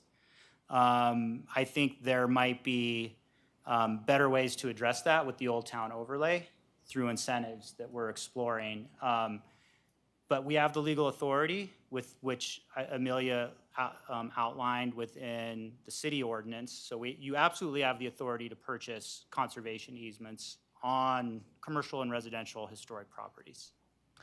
So I think this is a good discussion, but it is a discussion beyond the scope of the resolution. Okay. Do you have anything else? Yeah, well, let me just explain what my thinking is, which is, if there's a policy discussion to be had here, which it sounds like there is, I at least have some small amount of discomfort in just passing through this resolution as a one-off before we've had the policy discussion. That may make sense under the circumstances, I'm not sure. But given that there's no framework in place, and we wouldn't necessarily make it available to anyone else who came knocking, that's sort of my thinking is, does this make sense as a one-off, this situation only, and if somebody else comes along, we're gonna say we don't really have a policy for that. So anyway, I'll stop there, but that's what my thinking is. Thank you. Councilor Lay? Yeah, it's sort of piling on to the concern that Councilmember Hefner made, but trying to sort of move that discussion a little bit forward. I understand what's in front of us tonight, that we have to make a decision, and I get that. We've put off the Old Town Overlay over and over and over again. And I am concerned that just because, you know, we're talking about changing things as part of that, I'm worried that we will get into this. So maybe well, I don't know whether there's any language. I guess I would look to the city attorney as to whether there's any language that can give us a hedge against this sort of, I don't know whether it's a waiver or whether it's, the city's gonna have a hard time. If there is something between now and that discussion, maybe the answer is just to have that discussion soon. But is there any language in this resolution that is worth inserting to provide us a little bit more of a hedge? So correct me if I'm wrong, Amelia, but I think the answer to the question was that if somebody else, some other property owner came forward and was interested in also granting the city a conservation easement in the manner that is being proposed in this case, that it would be considered. It's just we don't have a formal process in place. And you don't necessarily need a formal process to purchase this kind of conservation easement, although from a policy standpoint, it sounds like there's some interest in establishing an official program to do that. But, you know, any other property owner could approach the city and it would be considered and evaluated and sent to HPC and brought before you in the same manner that this one was, is what Thanks. I heard. Now, that's what I heard too. I'm looking to you to make sure you're comfortable with that. So I don't think that there's anything to draft into this resolution to contemplate some future application that may or may not come before you. Right. Good, thanks. Counselor Dickinson, and then the applicant actually has comments. Is that correct? Yes, the applicant is here and has a presentation. All right, so we'll let Counselor Dickinson make questions, comments, and then we'll go to the applicant. Yeah, so I just want to, the part for me that's odd that I think was in the presentation, but maybe not, or was in the literature, but not in the presentation, is a little bit of an awkward, like, kind of order of things, right? Like, because it came in 2020, what we should have done is say, yes, if you preserve, then we will give you $30,000. And maybe it's, you know, like the normal grant program is show us that you spent 60, like they literally have to turn their receipts in to the city at some point. Show us you spent 60 and you'll get 30 back. Show us you spent 70, you get 30 back. But show us you spent 50, you only get 25 back. But we're not actually doing a grant program, we're purchasing a conservation easement. And so part of me feels like it's backwards because, like, well, they already preserved it, why would we give them, if it's an incentive program, why would we give them any money for something they already did? But I'm also understanding, based on what, Rob, you said, they could tear down the facade at this point. And so what we're saying is, there's a little bit of both. It's like, thanks for preserving it, and also please preserve it into perpetuity. And the amount we've picked could have been any amount. We could give them, I mean, sure, there's some limit, but we could say, gosh, that front porch is worth $50,000, or that front porch is only worth $10,000. And we've designed it to be kind of similar to a grant program, half of the cost of preserving it.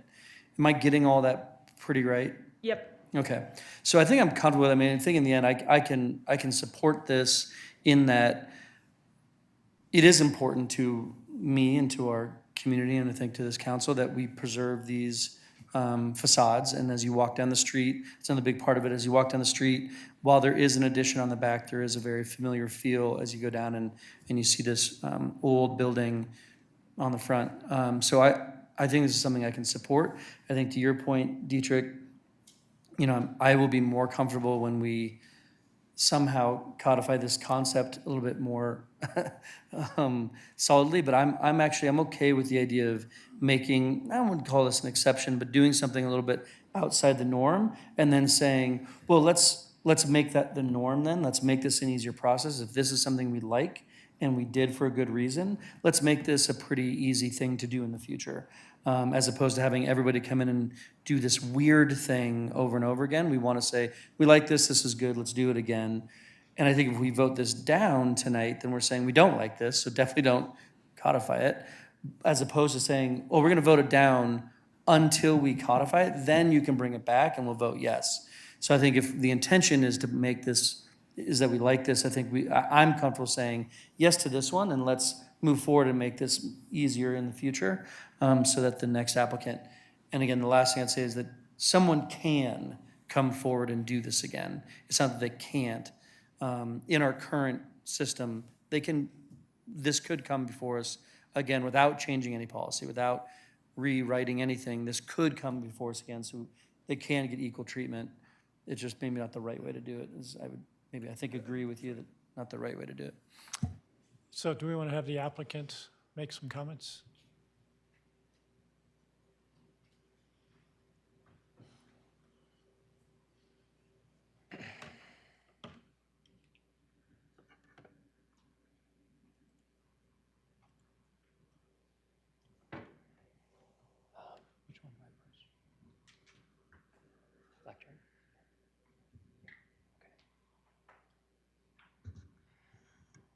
Okay, good evening, Council. My name's Andy Johnson. I am a Louisville resident as well as Louisville business owner here in Old Town.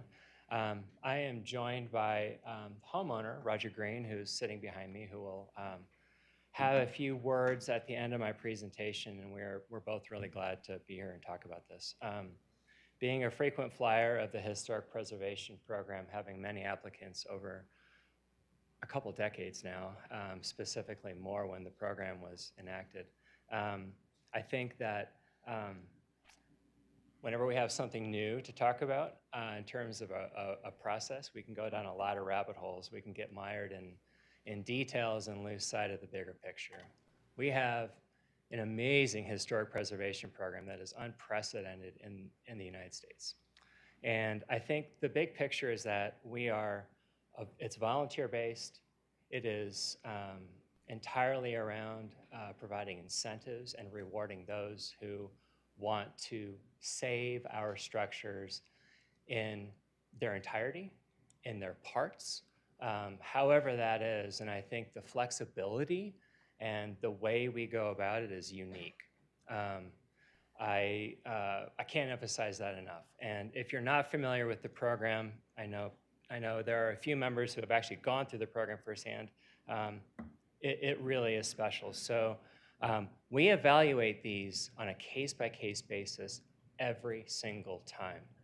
And that's really important to consider. This is not everybody gets to have access to this. There is a real rigorous evaluation for how these projects are evaluated.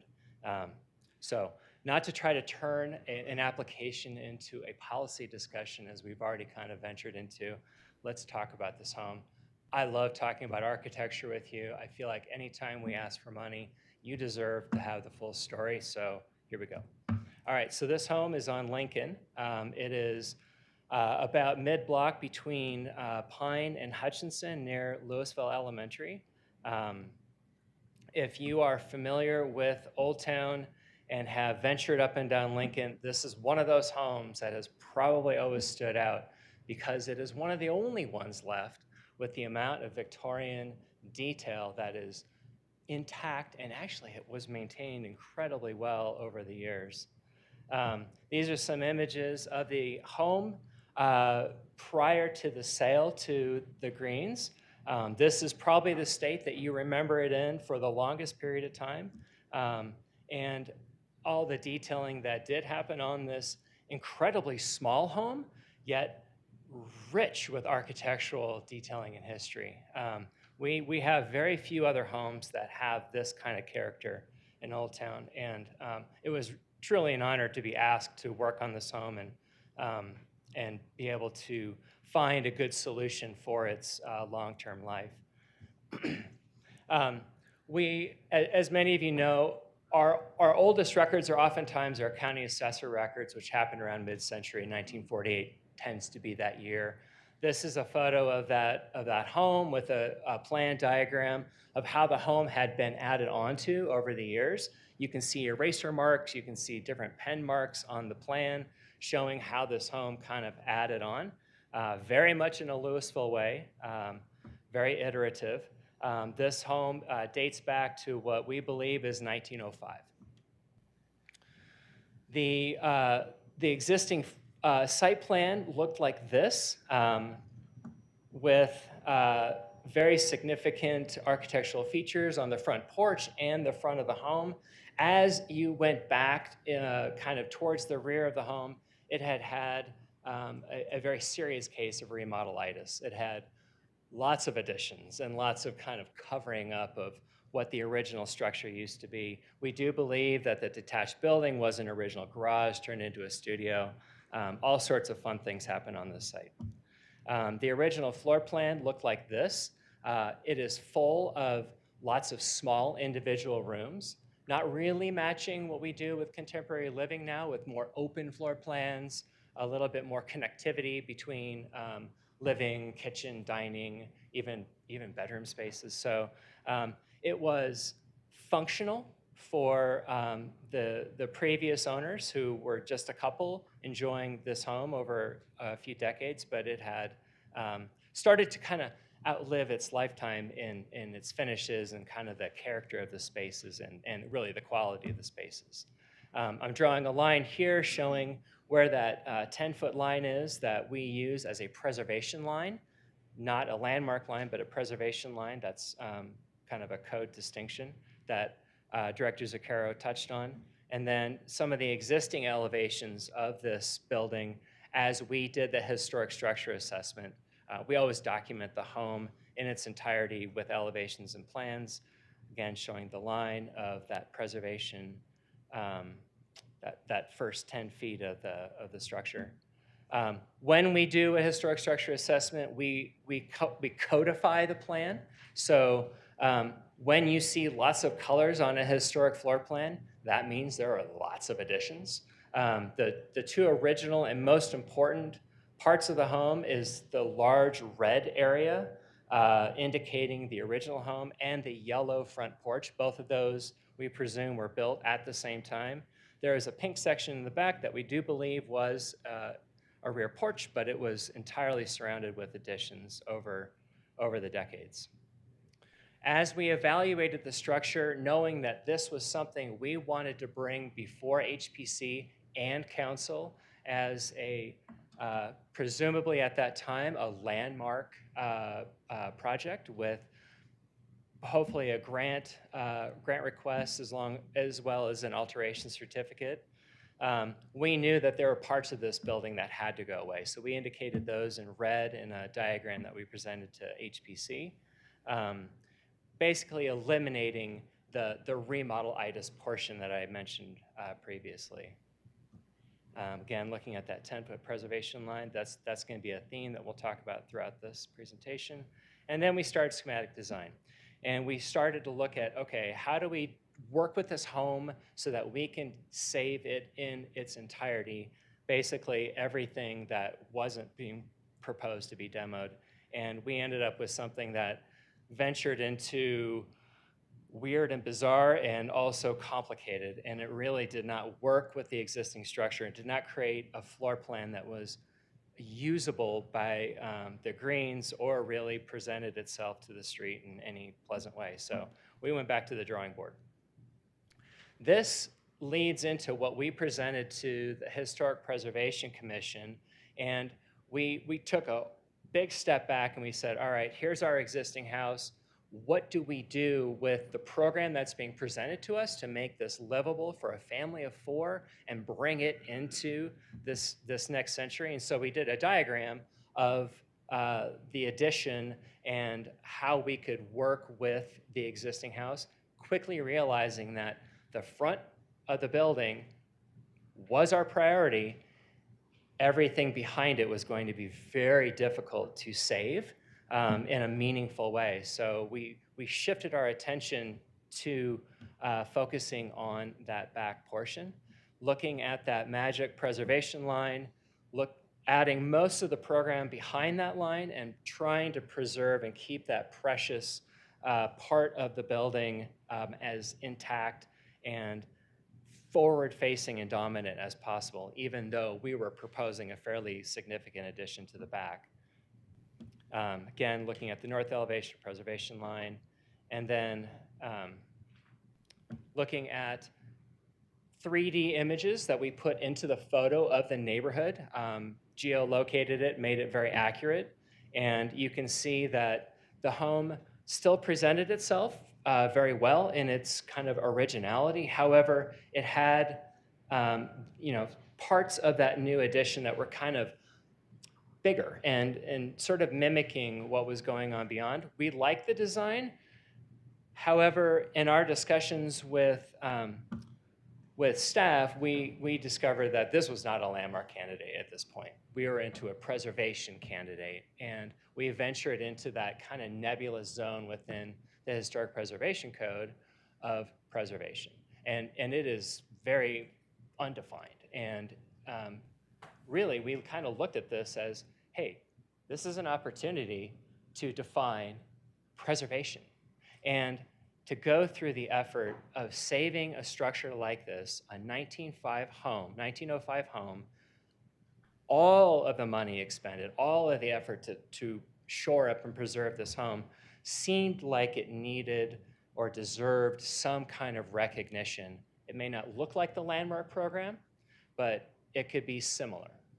And so that was the basis for our discussion around the conservation easement, as well as the monetary reward for doing that effort. So this is our timeline.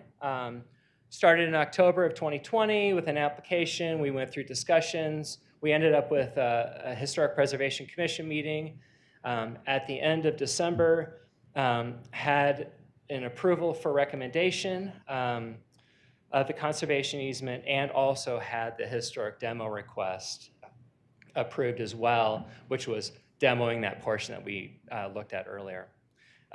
From that point, the Greens and I decided that we had kind of a bigger project now to focus on. We needed to get this thing to building permits, and we hit pause on the conservation easement process.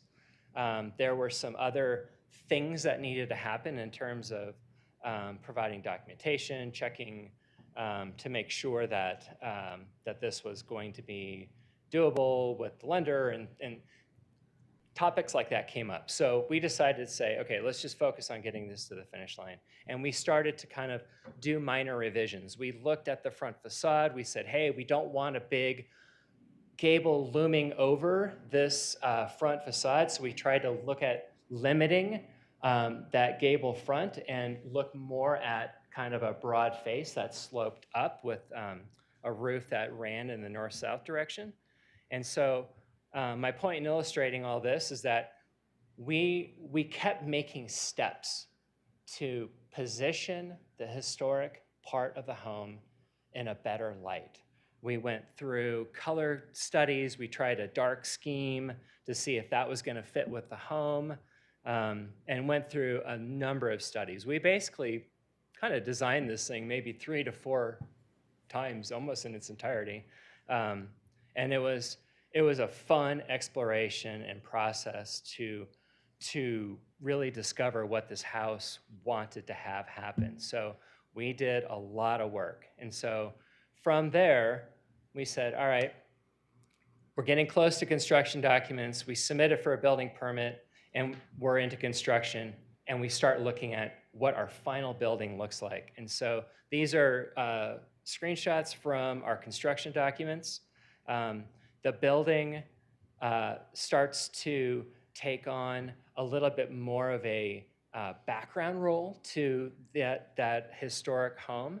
It is still that larger 2-story addition, but the goal with how it presents itself right behind that historic part of the home is much more laid back. It's much less imposing and trying to mimic shapes of that front building, and becoming much more subservient to what we would like to have as more of a dominant form with the historic preservation part of the project. So going around the project, looking at the model, and then finally, these are photos from today, just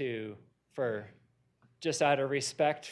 I put a whiteout over signs, but you can see our public notice sign. Looking at the building through the 2 or 3 major ash trees that are up front, and then one a little bit closer up. It's got its spooky decorations going on, and then one through the trees looking from the northeast side. So timeline ends with January earlier this year. Roger re-engaged with both myself and planning staff to begin those discussions again after they had recovered from the construction process and took a deep breath, finally said, let's re-engage, let's finish this process, let's reward the project for what it deserves, and memorialize all the effort that went into saving that front facade, and still have the community enjoy it, have them enjoy it, and keep a really important building within our urban fabric. So with that, I would like to thank you. I will remain here for questions, but before we do that, I do want to invite Roger up, if you would like. And he can share a few words, and then we can go into questions. Thanks, Sandy. I'll be super brief. So I've lived in Colorado over 30 years. My wife, same thing. More than 20 of that has been in Boulder County. We moved to Louisville actually because this house came on the market and we immediately fell in love. And my wife showed it to me. I said, "Let's buy it." And she said, "What?" Because I'm the tight one in the family and I don't like to spend money on anything. And I saw this house and loved Louisville and loved that house and the town and everything. So we did it. We actually had some friends that drove by and they're like, "Don't do this. This is a big project." So I appreciate Andy's perspective. Hindsight, we all look at things a little more favorably. That was fun. It was hard. It was actually a lot of work. It was super challenging to crack the code. I actually got a little bit emotional though, because when I saw what it ended up, like, we're super happy with it. And we hope everyone else is too. My office is in that front window, and I regularly see people actually stop and look and kind of smile, which is definitely very rewarding. In any case, we were really pleasantly surprised by how smooth the process was and how generous people were with their time and their feedback throughout the HPC process and planning. And as Andy mentioned, things got super complicated, and we had to really focus on that and our kids. We have 2 daughters, 9 and 11 now, and work. So we sort of focused on the project, and when things were done and we kind of reemerged, it was time to reengage. And so that's really why we're here.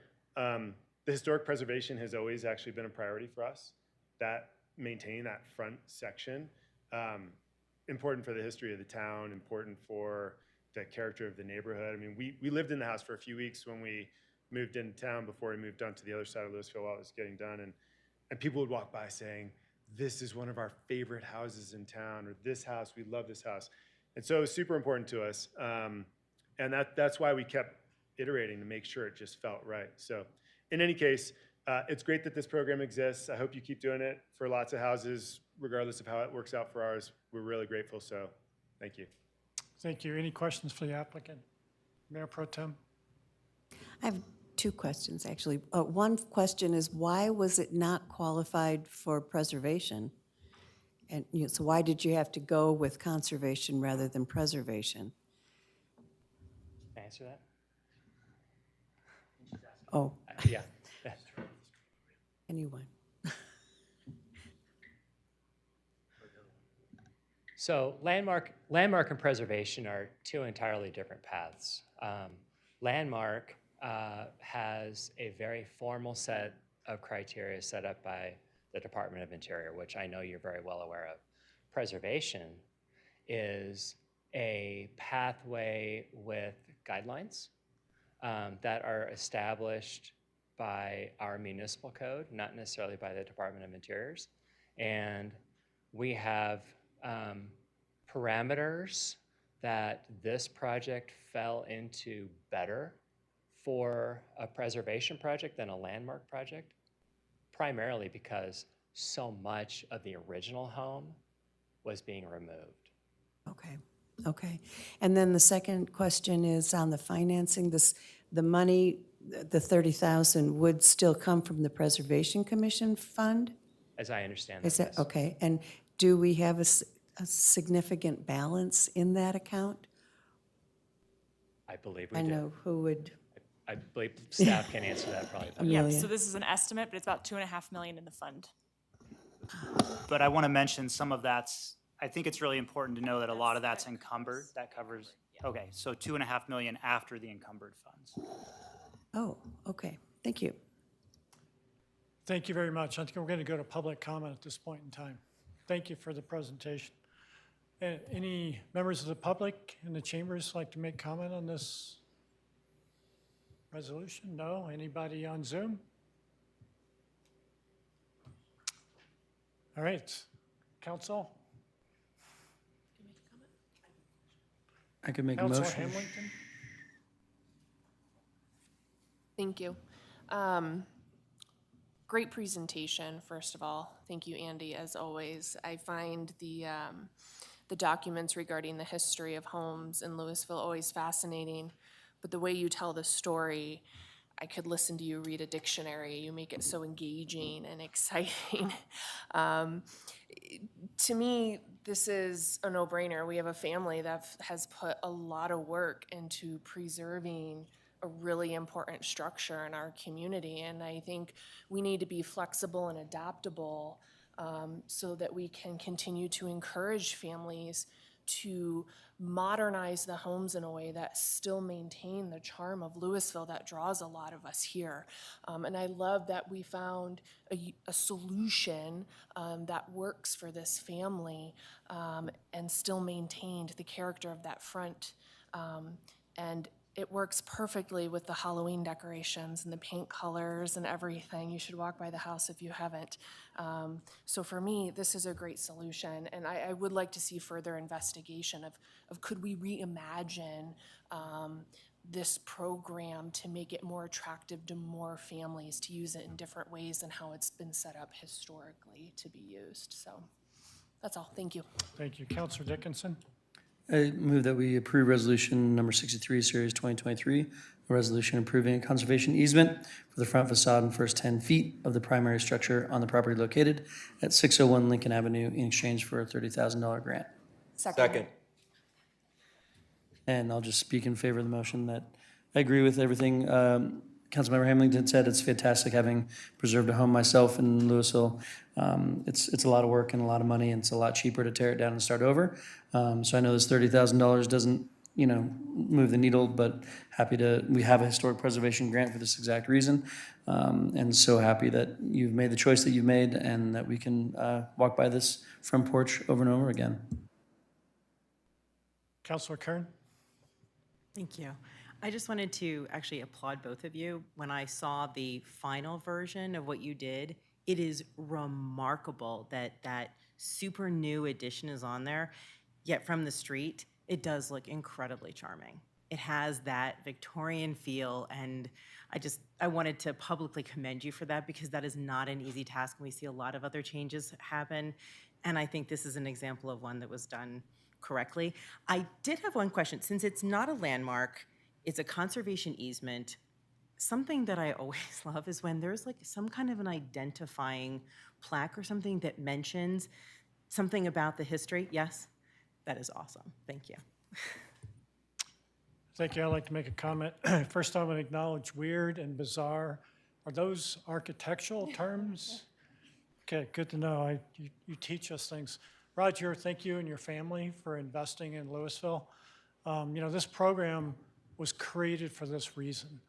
And I know this is not codified yet, and I think staff has heard that we want to codify this. We don't want to do this as a one-off or feel like it's a one-off, but this is the reason for this program, and so thank you very much. And with that, I'm going to close the public hearing and ask for a roll call vote, please. Councilmember Dickinson? Yes. Councilmember Lay? Yes. Mayor Maloney? Yes. Councilmember Hamilton? Yes. Mayor Pro Tem Fahey? Yes. Councilmember Kern? Yes. Councilmember Hefner? Yes. The motion passes unanimously. Thank you, everybody. Next up is regular item number C, resolution number 64, series 2023, a resolution approving amendment to the Delo Plaza Plan Unit Development to allow an outdoor eating and serving area on Lot 1, Delo Plaza subdivision. And just let council know, this is a follow-up item. We have addressed this before, so this is really as codifying or changing, doing a resolution. So with that, does anybody have any disclosures on this item? Seeing none, I'll open the public hearing and ask for a staff presentation. All right, well, good evening, Mayor Maloney, members of the City Council, Rob Zucchero, Community Development Director for the city. I'll be making the presentation.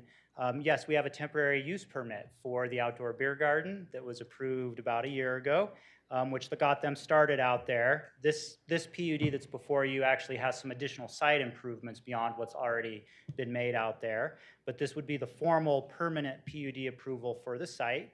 So I think, as most of you know, this is out just west of Highway 42 near our downtown East Louisville location. This This is South Street, Miners Field down here, the South Street underpass off the map here leading into downtown, Delo Plaza. Rocky Mountain Tap and Garden is on the north end unit, and they've developed this parcel, which was slated for a drive-through restaurant or a bank or something like that, and it hasn't developed. And so they actually wanted to use it as a beer garden, and they've developed it with that temporary use permit. So this is the actual permanent site plan. So there, again, what they've done out there is similar to this, but this actually has additional site amenities. It's configured slightly differently. It's about a 10,000 square foot area. It would be fenced. What's shown on the PUD are some shade structures and some additional amenities. It is crushed granite and artificial turf out there would be the surface, so it's a very natural type surface out there. Part of the proposal is to defer 11 parking spaces in this location here that were part of that original drive-through restaurant approval. So here's again Rocky Mountain Tap and Garden. Here's the beer garden. They do have to have their patrons cross the parking lot, which is a little bit unusual, and it has some liquor license issues. But they are allowed to do basically carry out liquor license under the current liquor licensing laws and then utilize the property. So we did review this against the mixed-use design standards for the city. It does meet all of the standards except one, which they are requesting a waiver, which is to allow that crushed granite and artificial turf instead of a more permanent, like a stone paver is what the mixed-use standards would call for outdoor plazas. So they're asking for a waiver for that more natural surface area. The Planning Commission did review this. There were several conditions that were related just to cleanup items, but they did have 7 and 8, which were more substantive conditions, which were to include an enhanced crosswalk striping and then address line of sight issues.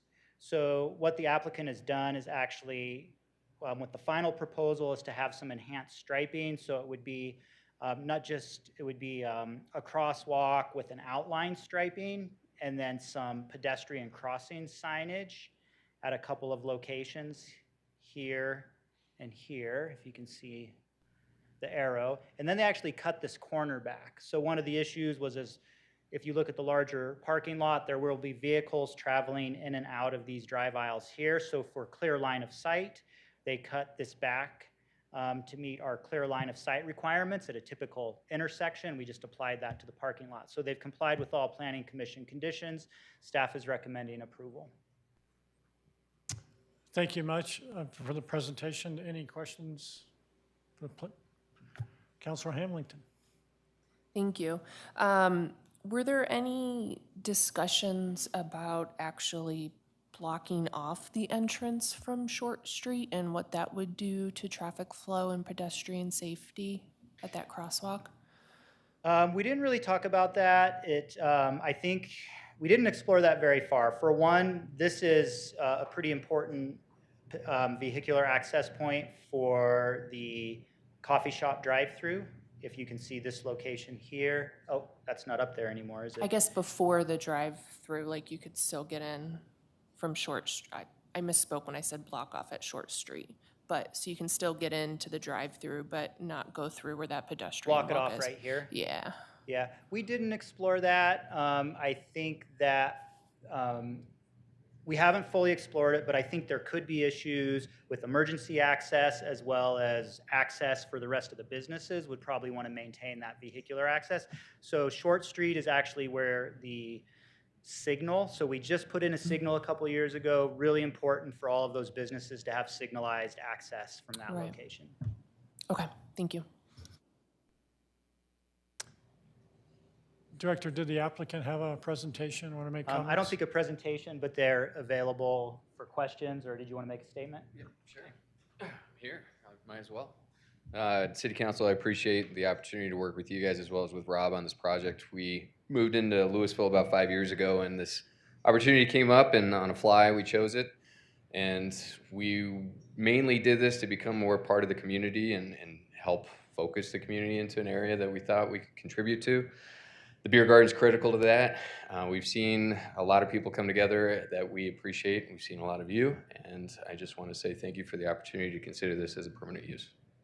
Thank you. For the record, could you just state your name for us? Sure, sorry, I am Garrett Nicodemus. I'm a part owner and the general manager of Rocky Mountain Tap and Garden. Thank you.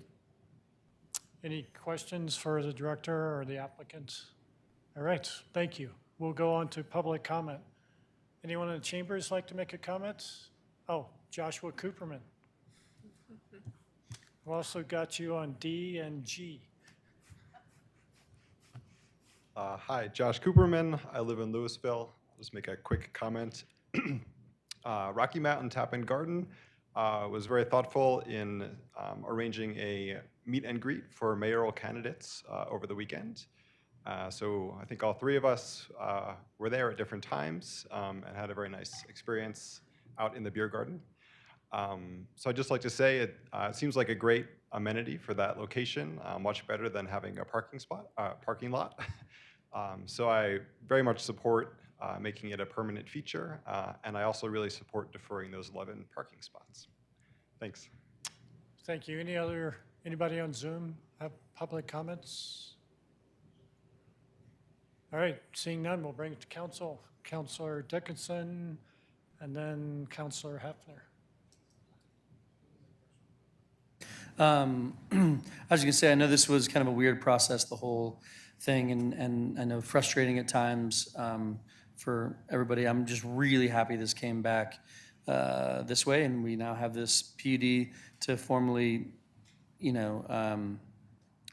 put into the system. I don't know the way to put it, but you took a huge risk in doing what you did, and I'm just glad that we're getting to this point where all that's kind of behind us, and you have this great space, and you can continue to make it a little bit better and offer an awesome space right along 42. It's really cool, and as Josh said, much better than a parking lot, much better, in my opinion, than a fast food drive-through.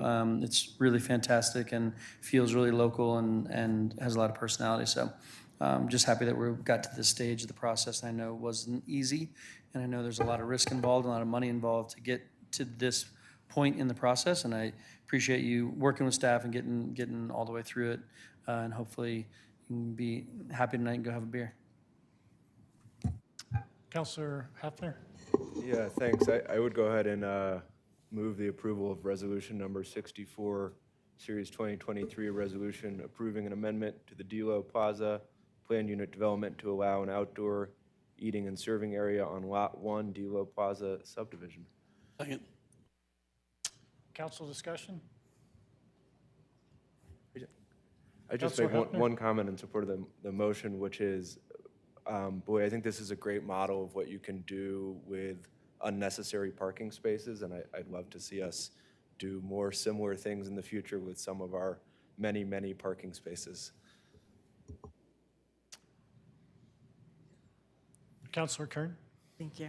I just actually want to say thank you. This is exactly what residents of this city love seeing. A business owner wanting to reinvest in our community and making it a really fun place for everyone to enjoy. That's all I have to say. Thank you. I'm going to close the public hearing. Call for a roll call vote, please. Mayor Maloney? Yes. Councilmember Hefner? Yes. Councilmember Kern? Yes. Councilmember Hamilton? Yes. Councilmember Dickinson? Yes. Councilmember Lay? Yes. Mayor Pro Tem Fahey? Yes. Motion passes unanimously. This time, we're going to take a break until 8 o'clock.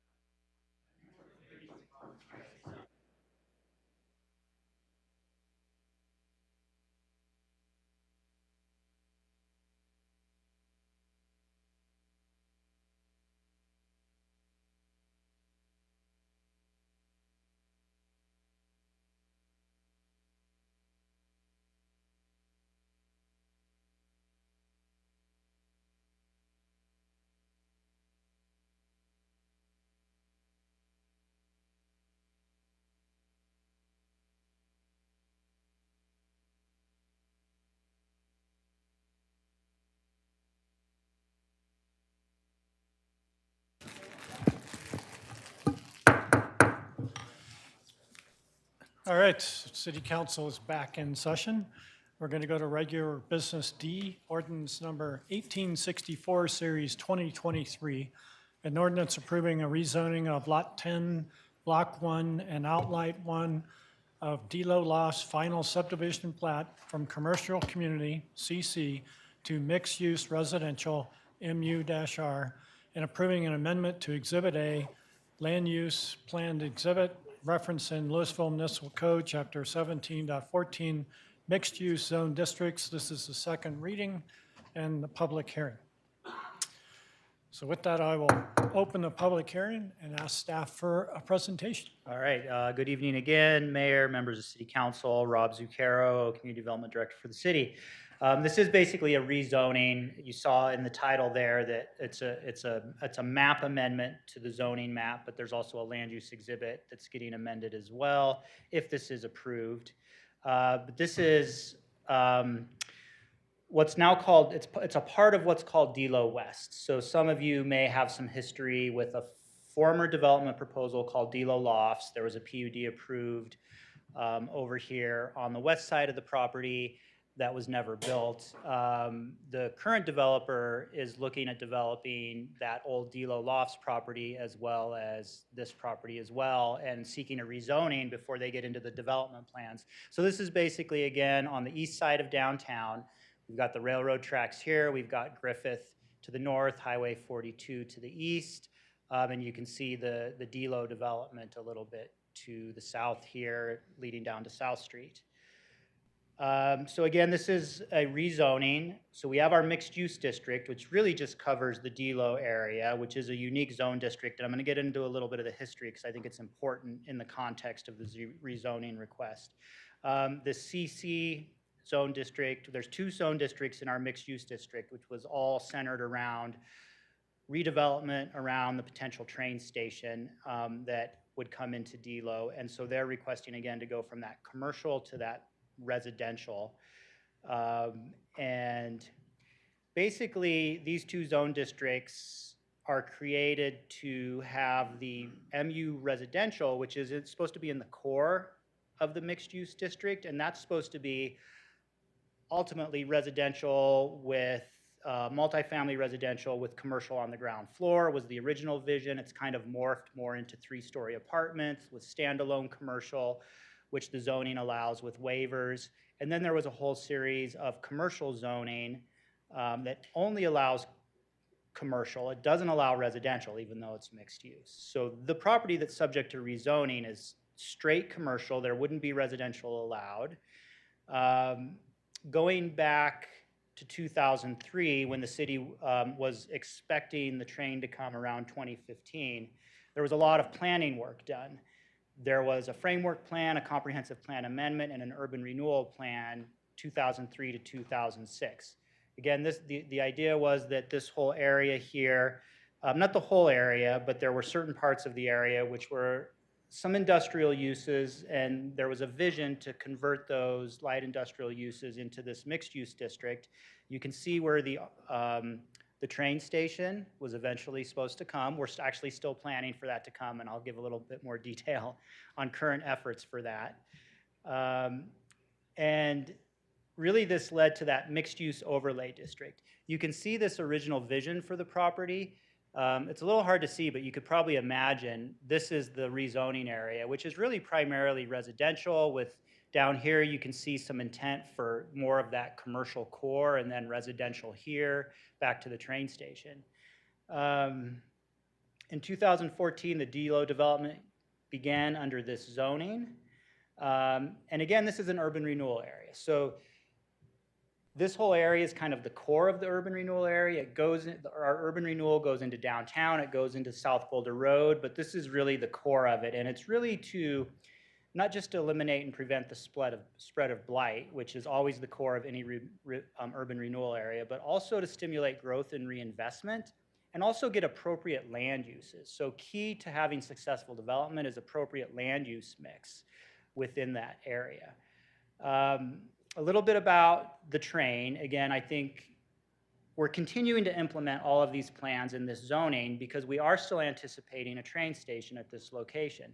even though the original Fast Tracks plans have been significantly stalled for decades, RTD is undergoing what's called peak service study. So we're actually currently engaged with RTD on this study, and the idea is to accelerate service that could include a station in Louisville. So there's no time frame on this, but it's not the decades out, it would be sooner. 3 trains going into Denver in the morning, 3 trains coming back in the evening to try to get some of that commuter traffic and start the service. There's also Front Range Passenger Rail, which is a CDOT regional train service, and they are looking at this corridor as part of their regional service as well, which could potentially include a Louisville station. So there are very active processes which could lead to a train station at some point here in the city. So this is just a rezoning request, again, just to allow that residential mixed use on this portion of the property. The applicant has provided a concept plan. So just to be clear, this is not the proposed development. This is just what could be developed there under the proposed zoning. And this property to the west is the old Delo Lofts property. They're proposing townhomes, basically that would integrate into the rezoning parcel, which would be a 3-story apartment under this concept plan and a 4,000 square foot retail center.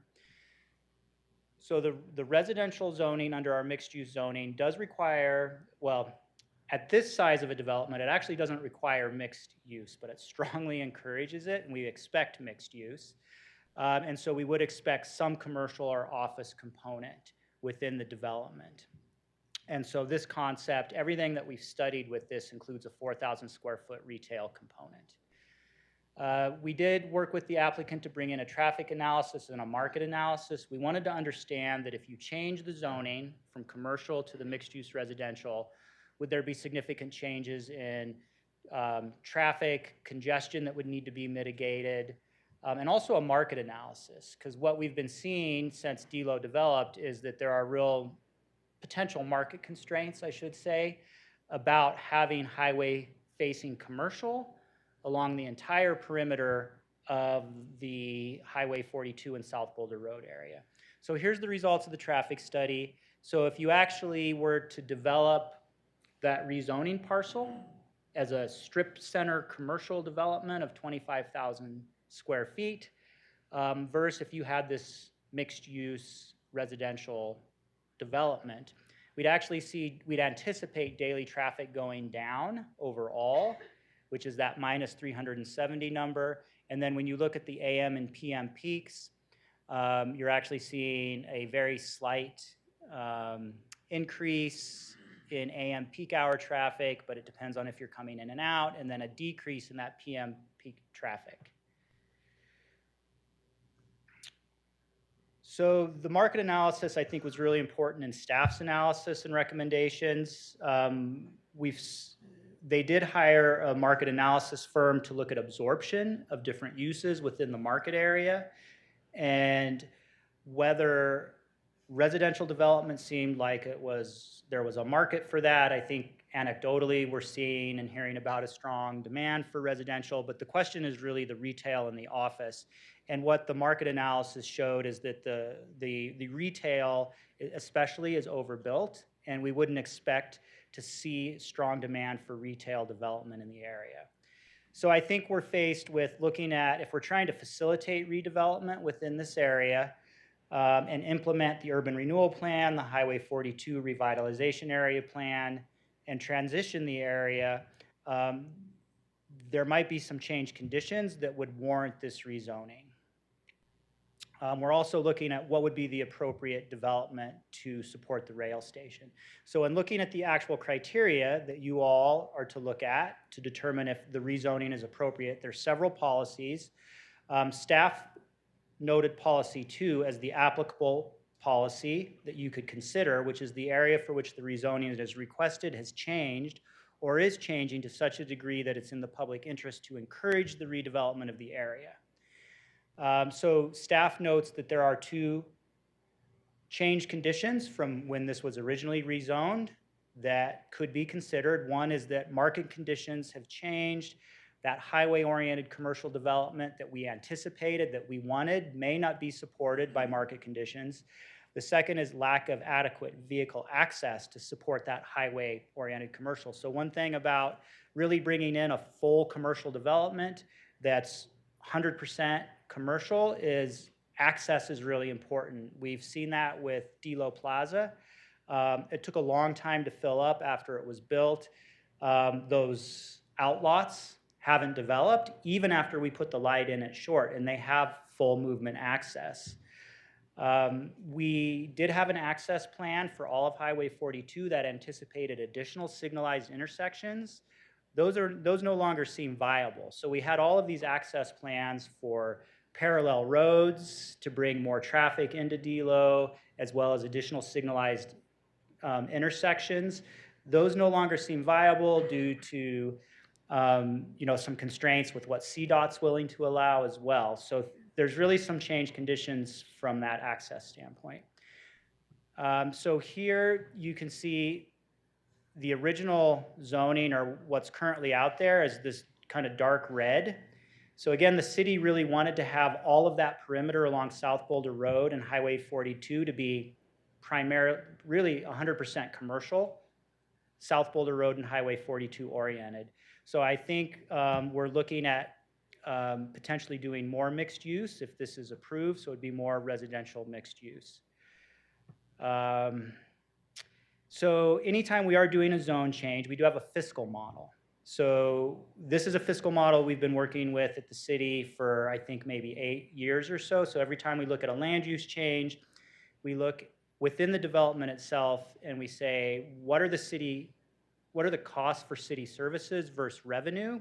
And what would be the net fiscal balance based on any development? And so we did look at the current zoning, which would be if we kept that as a commercial center, the rezoning parcel, and develop 45 apartment units on the old Delo Lofts property, versus this potential rezoning and a potential development based on their concept plan. So we'd have 74 apartment units, 35 townhome units, and 4,000 square feet of retail. So really, if you look at the bottom lines here, and we always, so that we have current zoning and proposed zoning, and we always do a high and low scenario. So we assume a pretty aggressive build out with higher values for construction cost and the cost of rent, versus the low scenario, we discount a lot of those. But in the end, anytime we see a lot of residential and not a lot of sales tax generating commercial, we often do anticipate a net negative fiscal balance within that development itself, if you're looking at it in isolation. But staff is recommending that we look at a broader policy of economic vitality, and that this type of development, although there's a negative balance within the model, based on the way the model is created, there could be broader economic benefits to the city. By allowing this development, it could revitalize other areas and spur additional development. It could make the other commercial properties more viable and bring in more business as well, which could bring in more direct sales tax that isn't directly accounted for in the model. So I think that, and the other thing to note is that online sales tax is changing. We actually made some adjustments in the model recently to account for online sales tax. It's still showing that a little bit negative over time. I would note too that these numbers, these bigger numbers, are in the thousands, but those are also over 20 years. So the annual average is just, for the current zoning, is about 24,000, for example, per year. 112,000 in the net negative is how those numbers would read there. So, staff is recommending looking at the economic impact more broadly than just the fiscal model. We don't have a specific criteria about that for rezonings, but it is important to take into consideration. The Planning Commission did review this, and they are recommending approval. Staff is recommending approval, and I'd be happy to answer any questions. The applicant has a presentation as well. Any questions for the director? Yes, Councilor Hamilton. help me understand at what point in the process, may not be right now, that affordable or workforce housing becomes part of the conversation and equations. So this would be subject to our inclusionary housing ordinance. So that's the one thing that we have formally right now. So 12% of the project would have to be affordable housing, 80-60 mix or all 60% area median income. We don't have a workforce housing provision as of yet. So I think, again, we're doing the housing study, and there might be some initial initiatives that could be applicable to this future development with the rezoning, but I don't want to speculate on that. That's all we have on the books right now. Okay, that's helpful. Thank you. Put your hand up. Counselor Lay? You were shaking your head. I was thinking, no, you can't go, Chris. Yeah, I want to talk about the fiscal model for just a minute because you talked about some broader, potentially broader impacts. Is there concept that you know to be activation? You're familiar with that? And if you are, can you explain it a little bit to us?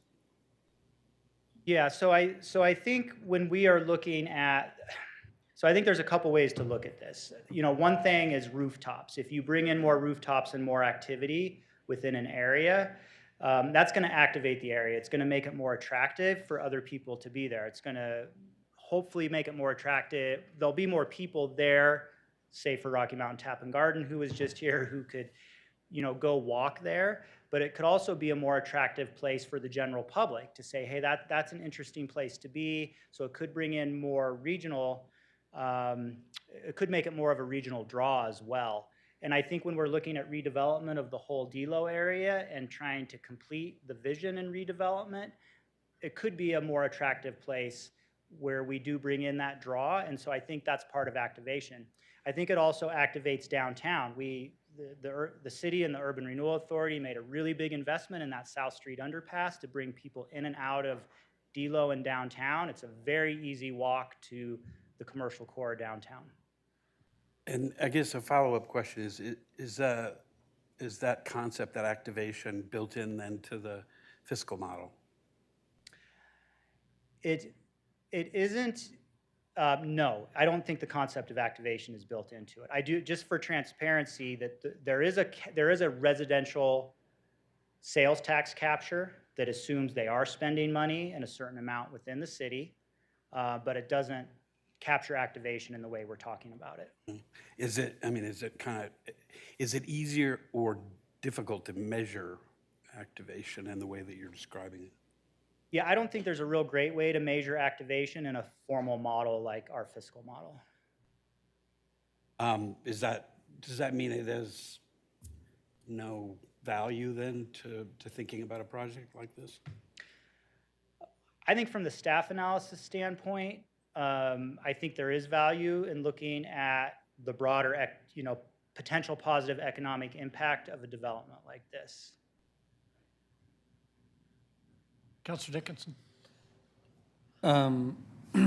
Yeah, so maybe answer the question, but it sounds like the fiscal model does have some sense of, we will have a positive revenue from the resident shopping at King Soopers outside of the actual development, right? That this does say that having more residents will bring in more revenue citywide.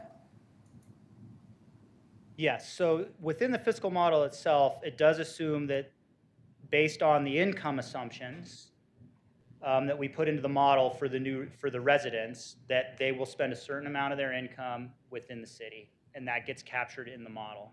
Okay. And then with the model, I think, just want to make sure I understand this too. This is current zoning, proposed zoning, but there isn't like current now, right?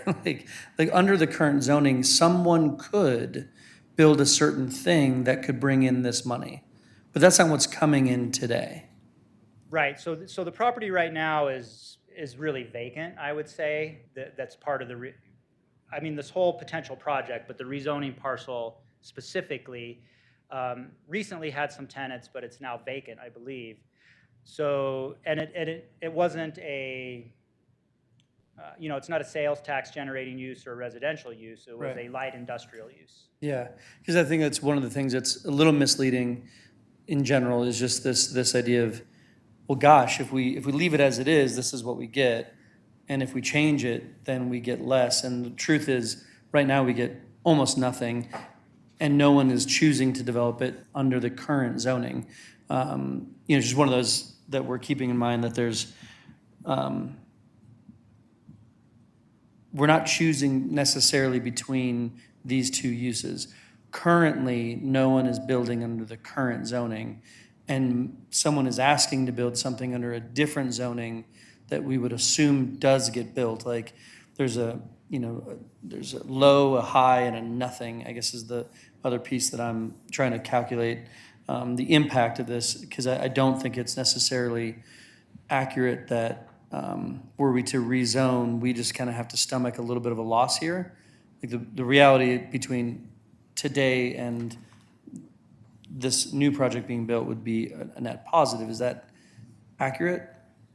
Or it isn't? I mean, the fiscal model calls it a negative. Right, so, yes, again, assuming this develops with residences, there are additional costs to the city, just to be clear, but there would be additional revenues. I think that the other thing to keep in mind, this is in the urban renewal area, there would be additional tax increment that could be spent during the life of the urban renewal authority, so this could actually spur further public investment within the urban renewal area as well.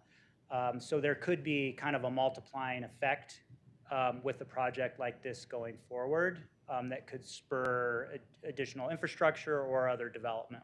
And am I right that some of these expenses are kind of the idea of, well, gosh, they're going to go to our rec center. If we need to build a rec center, like what's the cost of a rec center? How much does it cost per resident? Well, if you add this many residents, that's costs, but we already have a rec center. And if anything, they're going to go spend money at that rec center.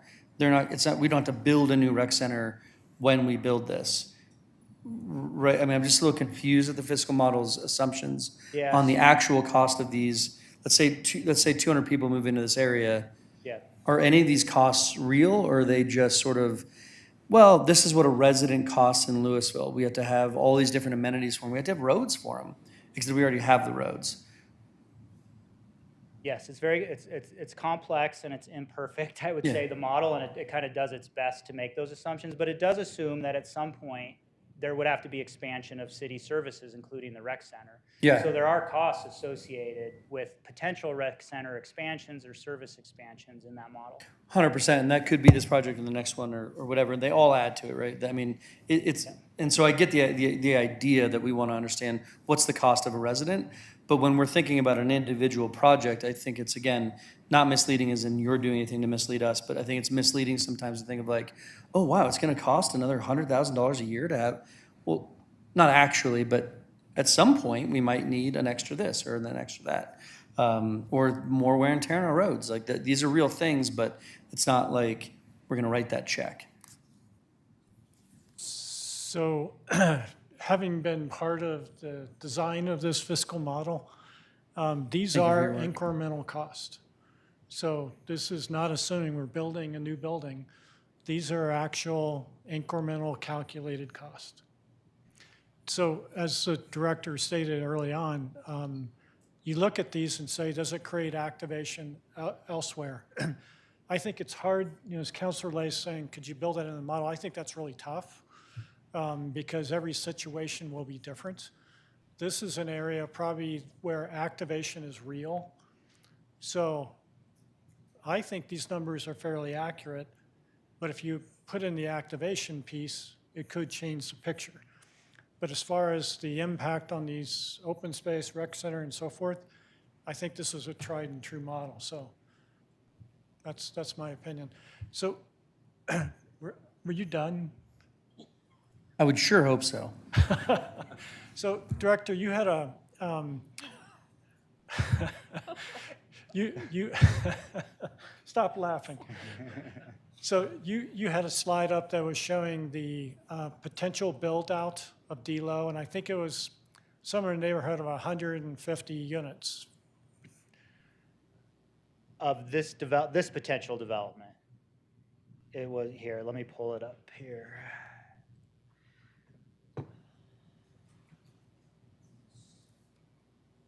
So this is the concept plan, just for this parcel. So it'd be the rezoning parcel, is that what you're talking about? The rezoning parcel and the D-Lo? Actually, I was looking at whatever is still available. Within all of D-Lo? Yeah, and I think you had a slide, and it was somewhere around, let's just assume it's somewhere around 150.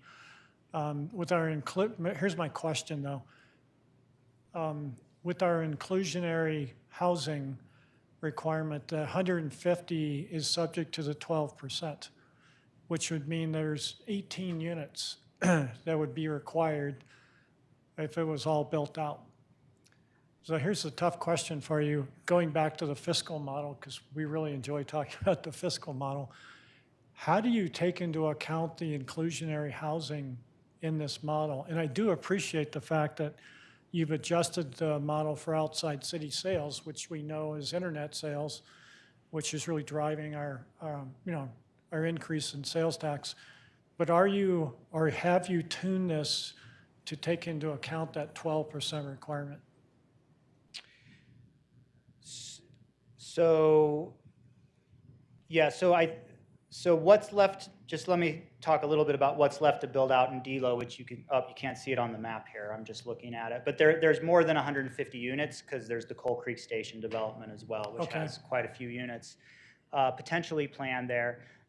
So we didn't make any adjustments to the fiscal model. So theoretically, we could go in and we could create two groups of housing units. So the thing with our inclusionary housing is that if you're building on site, they have to be at the same level. The construction cost, the value of the property would have to be the same. So a lot of those revenue streams during the construction are going to be the same. We're going to get the same amount of money. I think where you could adjust it was adjust the income. Right. We may know adjustments to the income assumptions based on inclusionary. Okay. Other questions before we, do you want to have the applicant do their presentation?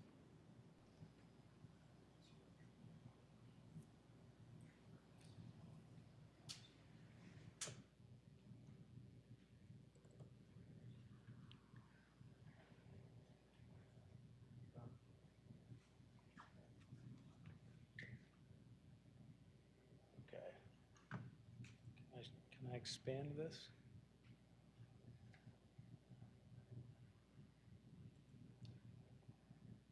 Oh, maybe. Is this big enough for you guys? Yeah, maybe out of that at least. There we go. There we go. Okay. That's great. Thank you. Good evening, Mayor, Council. My name is Hunter Floyd. I'm with Live Forward Development. We're based out of Denver. First off, I want to thank you all for your time tonight. I want to thank Rob and Ellie for all the work they put together really over the last year that we've been working on this. It's been great to work with you guys, and we feel fortunate to be here in Louisville. We feel like it's a great community, and we've had a lot of feedback in this process over the last year from city leaders, from neighbors, from local business owners. And we've tried to do everything we can to really kind of listen to that feedback and put forth the first part of an ultimately much larger process and proposal in this rezone to ultimately build out what we think is right for the community and what I believe the community thinks is right for this site as well. So I'm going to tell you a little bit about ourselves and just kind of talk about what we've done to date. Live Forward Development, we are primarily a boutique multifamily and mixed-use developer. I will say we don't just do that. We like to look at sites and value and infill locations, and we like to kind of determine what should go there. We have a project in Broomfield that is kind of more like flex office project. We have other kind of retail-oriented projects in our locations. So we did initially look at this site kind of from a more commercial, with a more commercial lens on it initially. And as we started to learn more about the access, potential access issues, and frankly listen to the community and what they thought would be right for this site, we really kind of tweaked our approach for the overall site. We have in our team a pretty wide range of backgrounds. We have an environmental engineer. I'm an architect by trade. We have another architect on the team. We have 3 general contractor builders on the team. We, I think, really pride ourselves in design-focused projects and craftsmanship and really building a quality product because of that, because of our backgrounds. We don't come from the finance world necessarily. So it's important to us to be good stewards of the sites and the communities and also for the residents ultimately, or tenants that we have. I kind of touched on this. We build high-impact, low-intensity housing projects on challenging infill sites. That's kind of our bread and butter. We really like to engage local neighborhoods. We've taken a year, frankly, to get to this point, and all of that time has been primarily engaging with staff and local residents to get feedback. It's difficult work, but we enjoy it. As an architect by trade, I kind of like to think of myself as sort of like an investigative journalist. So go into a site or a project and first off listen, right? And kind of take that feedback, and then we create a vision based upon kind of what the the ultimate story that's been told to us is. We focus on design-focused projects. We also focus a lot on sustainability. We have a goal as a company of being, building everything to a net zero standard by 2030. We also believe in not just environmental sustainability, but social sustainability, mental and emotional health, and frankly, fiscal sustainability. And we think, although the fiscal model is its own tool, we do believe that this would support local business in a strong way. And would, as you said the word, activate not just this site, but other local businesses in the area and on Main Street. I included this slide just as kind of a little bit further information on our backgrounds. We've worked not only on a lot of kind of smaller infill sites, but we've also worked on quite a few public projects in our careers. So everything from airports to large kind of mixed-use master plan communities, big retail destinations, and large public campuses. So because of that background, I think we don't necessarily just think about the individual site. We like to think about the overall community, the overall planning effort. And it's important, particularly when you're working on these little infill sites that are so community focused, that you have that perspective, and absolutely we do. So I'm going to just talk a little bit about what we've done over the last year, where we started, some of the feedback we've received, and I'm going to keep it short because it's late, and Rob and Ellie, frankly, already put together a really good presentation, and just kind of open it up for questions for you guys. But over the last year, we've been engaging with the neighborhood, immediate neighbors, and their homeowner associations. The Downtown Business Association, we presented to them. We presented to the LRC. We've talked to multiple local business owners, probably 15 or 20 local business owners, and then of course the city. Initially, when we took control of this site, obviously there was a previous developer that looked at the Delo West side of the site, and maybe they didn't quite listen to the neighborhood as much as they should have. And we saw that. We paid attention to that city council meeting from a year ago, a little over a year ago. And so we reached out to those people, everybody that spoke up in that meeting. That was the first thing that we did. We said, hey, we'd love to talk to you, hear what your concerns are, what you think would be right for this site. And ultimately, we met with a neighborhood group and had kind of a visioning session, really. Like, we just sat down and listened and took notes, and we had a couple different meetings like that. And out of those meetings, we kind of came up with this list of concerns and requests. So the concerns they had were lack of green space, something absolutely we believe will be a strong addition with what we provide, certainly compared to the existing use, which is used to be an explosive testing facility, and is now, there's one tenant out there, we have a steel fabricator out there, so they're welding and grinding and doing steel fabrication currently, which you might argue is not necessarily the best use for this location. They do great work, I will say. Hopefully we can use them when we actually build something. But adding green space to the current site, adding green space for our residents as well as the overall community is something that drives demand, frankly, and drives residents to want to be at the site, and I think makes us good neighbors. Dog use was something that was brought up a lot. Where people take their dogs to walk, what they do with their dog stuff after they walk them. Certainly something we've listened to and will be and make sure to address. One of the other things was kind of higher density along Cannon Street. So Cannon Street, as you know right now, as it gets a little further north to Griffith, is kind of more of like the townhouses across the street, right? So the previous developer had proposed, 3-story apartments, really as close to the property line as possible, right along Cannon Street. So we came back and said, all right, we listened to that. Let's just make it the same scale. Essentially, we'll put townhouses along Cannon Street so that there is that kind of similar feel on both sides of the street.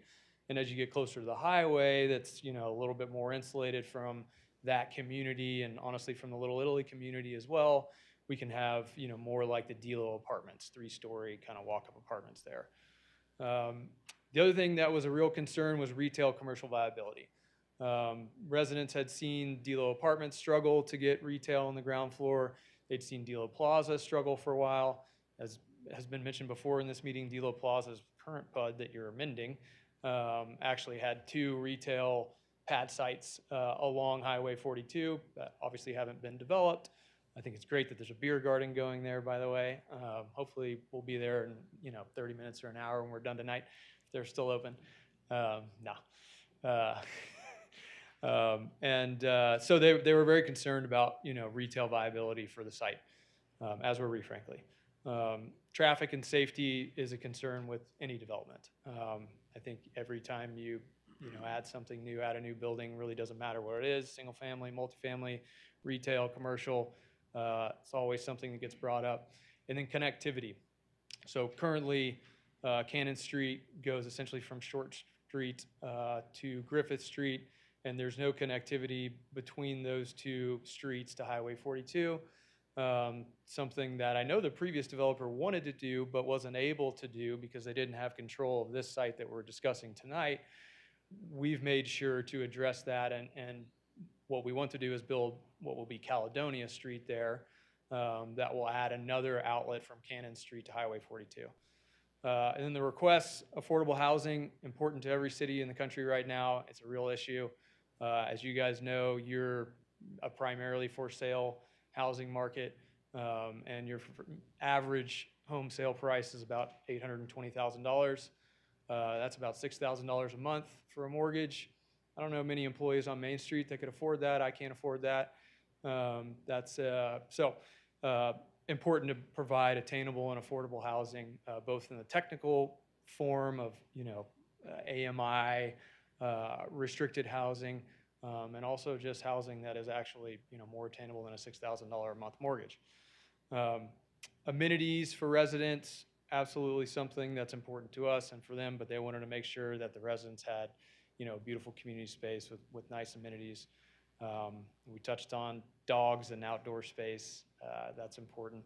And then lastly, as a request, more compatible use of the site than is currently there, which is a steel yard and majoritively blighted at this point. And then next we kind of reached out and had kind of like a goal, like a survey monkey, a goal survey.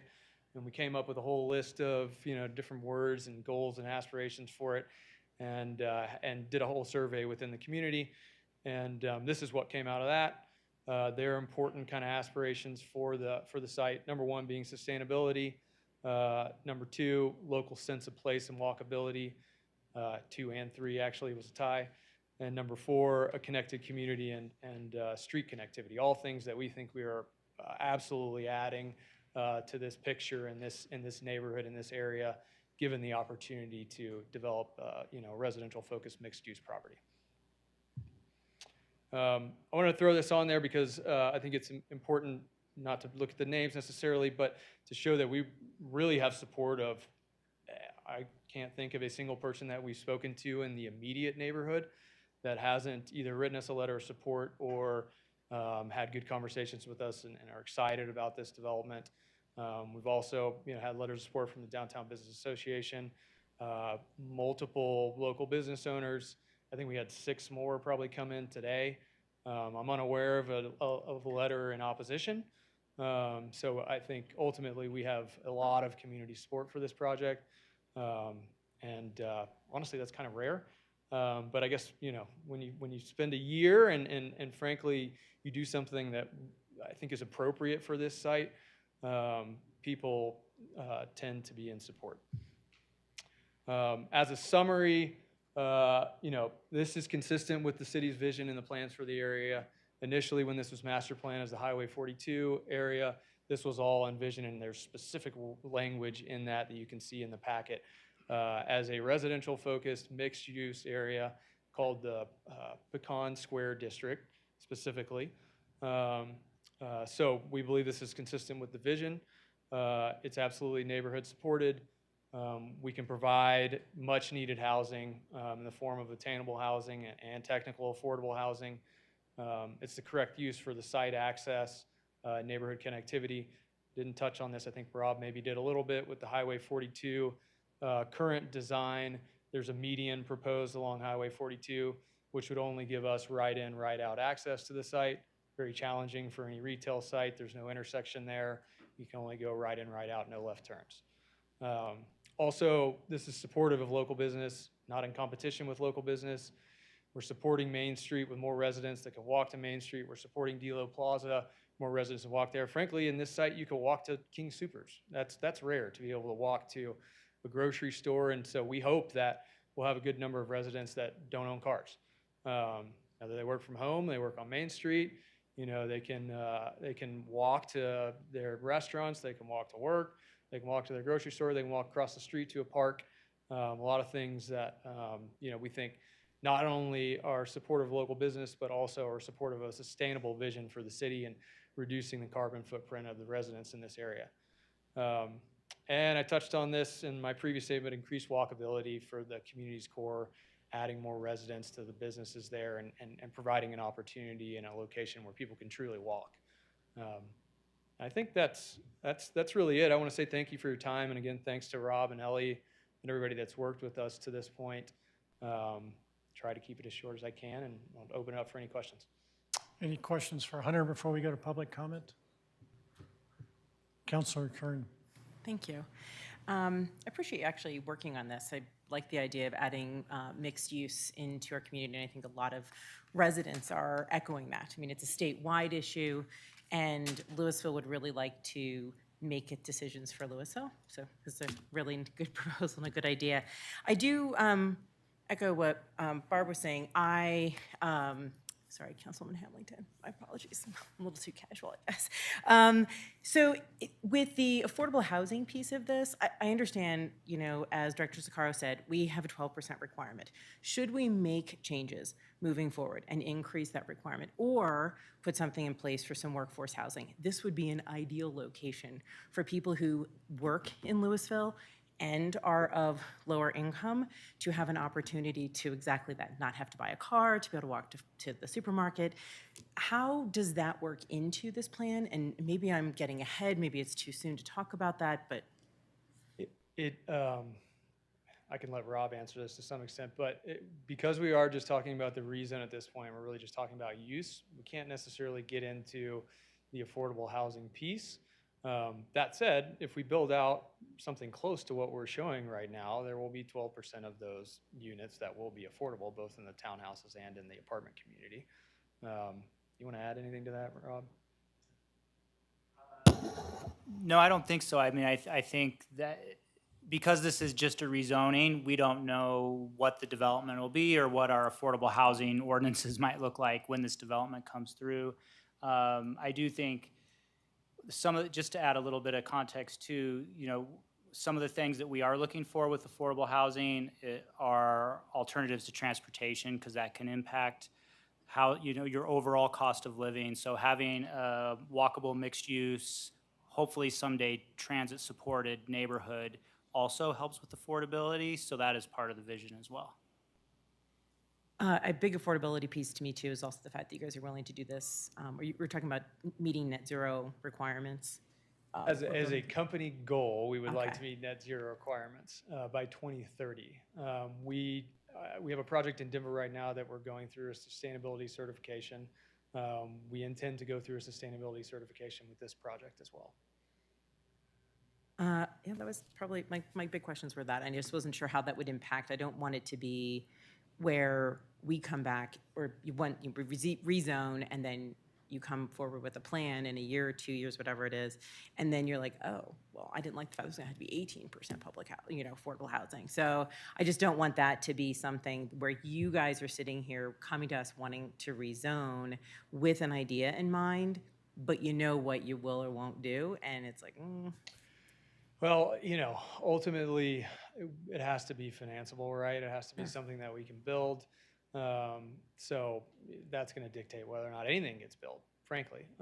We know that as we get through the PUD process and we have a lot more things to talk about with you guys, that there's going to be a lot of conversations about how much affordable housing can go into this. And, and I think there's probably a trade-off between potential, density waivers maybe and having more than 12% affordable housing. I don't want to cloud this discussion with that, because really this is about use at this point. We are certainly aware of that and know and hope that we will be able to have those discussions. one more, and it is a use question. The 4,000 square foot of retail space versus the number of apartments and townhouses, how did you guys derive that to be a good amount of space? So 4,000 square feet, really kind of what we were thinking about there is like some small level of co-working space. And whether that's a membership model where we work with another co-working vendor, or it's just part of the kind of amenity space for the apartments, we don't know yet. We use that as a piece of it, so call it 1,500 square feet. And then the other 2,500 square feet is similar to kind of other restaurants that we've worked on and worked with. We have a restaurateur in Denver that actually just won a Bib Gourmand award that we've been working with, that's excited about this. And so we did have some feedback from them on kind of the sizing of the restaurant. All that is still up in the air at this point, but those are the discussions, and that's kind of how we got to that number. Thank you.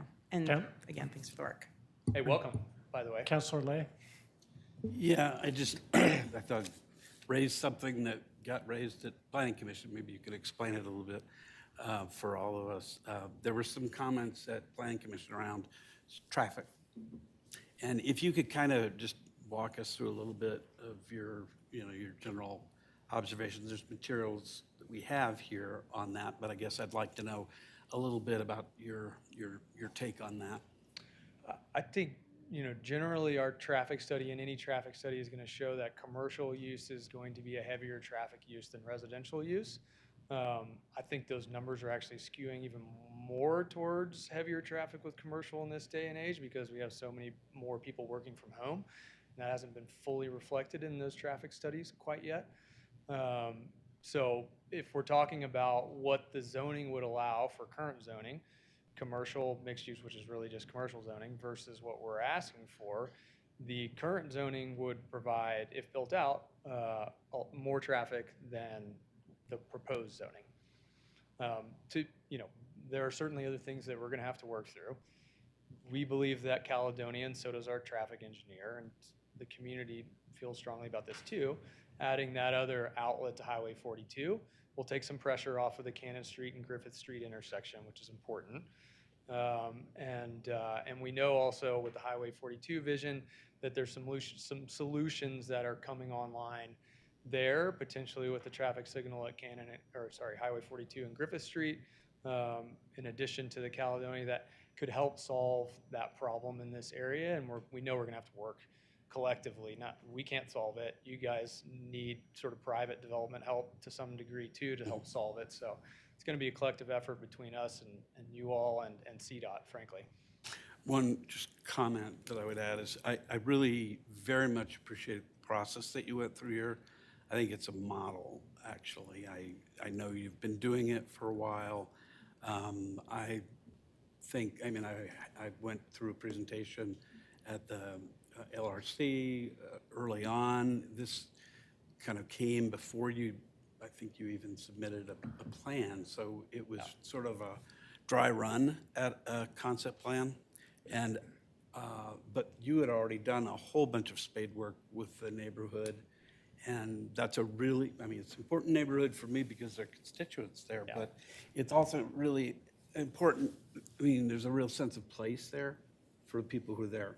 And I just think you did a terrific job about both showing them the kind of respect that I would hope everybody would, but I think in historical terms haven't always. And I think all of the other kinds of inquiries that you made and so forth, I applaud that, irrespective of the rezoning. I mean, I know we've got to focus on that, but I do want to, I think it's worth calling out. Thanks. Thank you. Honestly, it's been a pleasure getting to know so many people in the city of Louisville. You guys have an awesome community, super well-educated and intelligent and thoughtful and really engaged and caring about what happens in their community. So it's been a pleasure, honestly. Thank you very much. We're going to go to public comment at this point in time. So this will be the first round of public comment.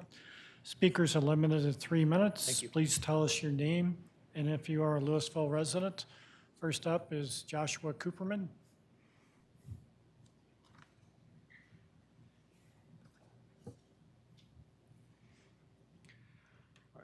Josh Cooperman, I live in Louisville. I very much support rezoning this parcel to mixed-use residential. I think it's a great location to redevelop into primarily residential use. There are a few reasons why I think so. First of all, putting housing in this place would really make for some really great sustainable housing. Not only would the density be a little bit higher, which in general makes for the housing more sustainable, but people who live there could walk to downtown, could walk to all the businesses along South Boulder Road. They could also bike to them. And if there's ever a rail station, they could also walk right to that one. Secondly, I think having more residential in this location will be really good for supporting the businesses that these people could walk or bicycle to in downtown and again along South Boulder Road. It would hopefully be a place where employees who maybe work in downtown or along South Boulder Road could live. And I think that would help our businesses by being able to retain and find employees more easily. And that could also cut some of the commuting that we have currently into Louisville.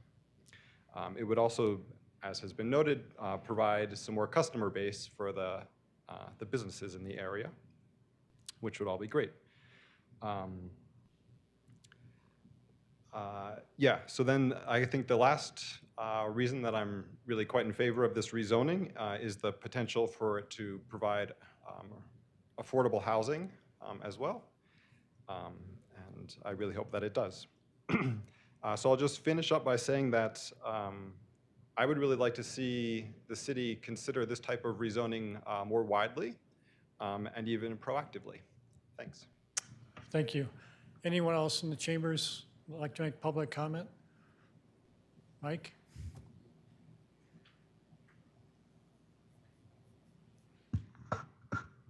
Mike Dvorsky, 601 Pine Street here in Louisville. Backing up a couple of items, I delivered the paper at 601 Lincoln Street at that house, and it was a challenge to thread the paper through the trees and weave it between the pillars on the porch, and it also happened to be the hardest place to get collected. I felt like the kid from Better Off Dead chasing his $2. So As far as this topic goes, and number one, I really like the faces I see on the dais now, and I'm very encouraged on how we're going to move forward as a council, and I appreciate y'all investing the time to do the job because it's a big commitment. So thank you. As far as commitment goes, Live Forward, I sat on Planning Commission 20 years ago when this comp plan was done for this area. I spent a lot of time out there recused, but nonetheless, I was engaged in the process and I was aware of what transpired. We did not foresee that Highway 42 would become a right-in, right-out only. And for that reason, it did cannibalize the opportunities to create a lot of commercial that otherwise was planned. So, you know, times changed, the needs of the community changed. We want bike lanes, we want pedestrian lanes, and that's a trade-off we made between that and the commercial. So it makes a lot of sense at how we got to where we are today. As far as the fiscal model goes, it's a tool. You know, we all have to make decisions every day, whether it's at home or Public Works or our Parks Department. It's cost to benefit. You know, what is the value in this thing? So it's a great tool to use. But at the same time, you know, if we only looked at the fiscal model and the negative impacts, none of our neighborhoods would be built that most of us live in today. I know that myself and my siblings wouldn't have had the opportunity to live in Louisville, and certainly we all like for our kids to have that option someday too. As far as Live Forward goes, they're again on Planning Commission, and since then I've been a groupie, and I've watched this Planning Commission meetings and council meetings more so out of survival. As far as the long-term impact to our property, but I've yet to see an applicant engage the community the way that these guys have. I mean, they've really made the effort to talk to the neighbors and really listen and figure out what they need to do. And I do appreciate the time they've spent and certainly the efforts they've made to accommodate for our needs. I highly recommend approval of this project moving forward, and thank you. Thank you. Anyone else in the chambers? Seeing none, we do have somebody on Zoom, so it's 303-786-8226.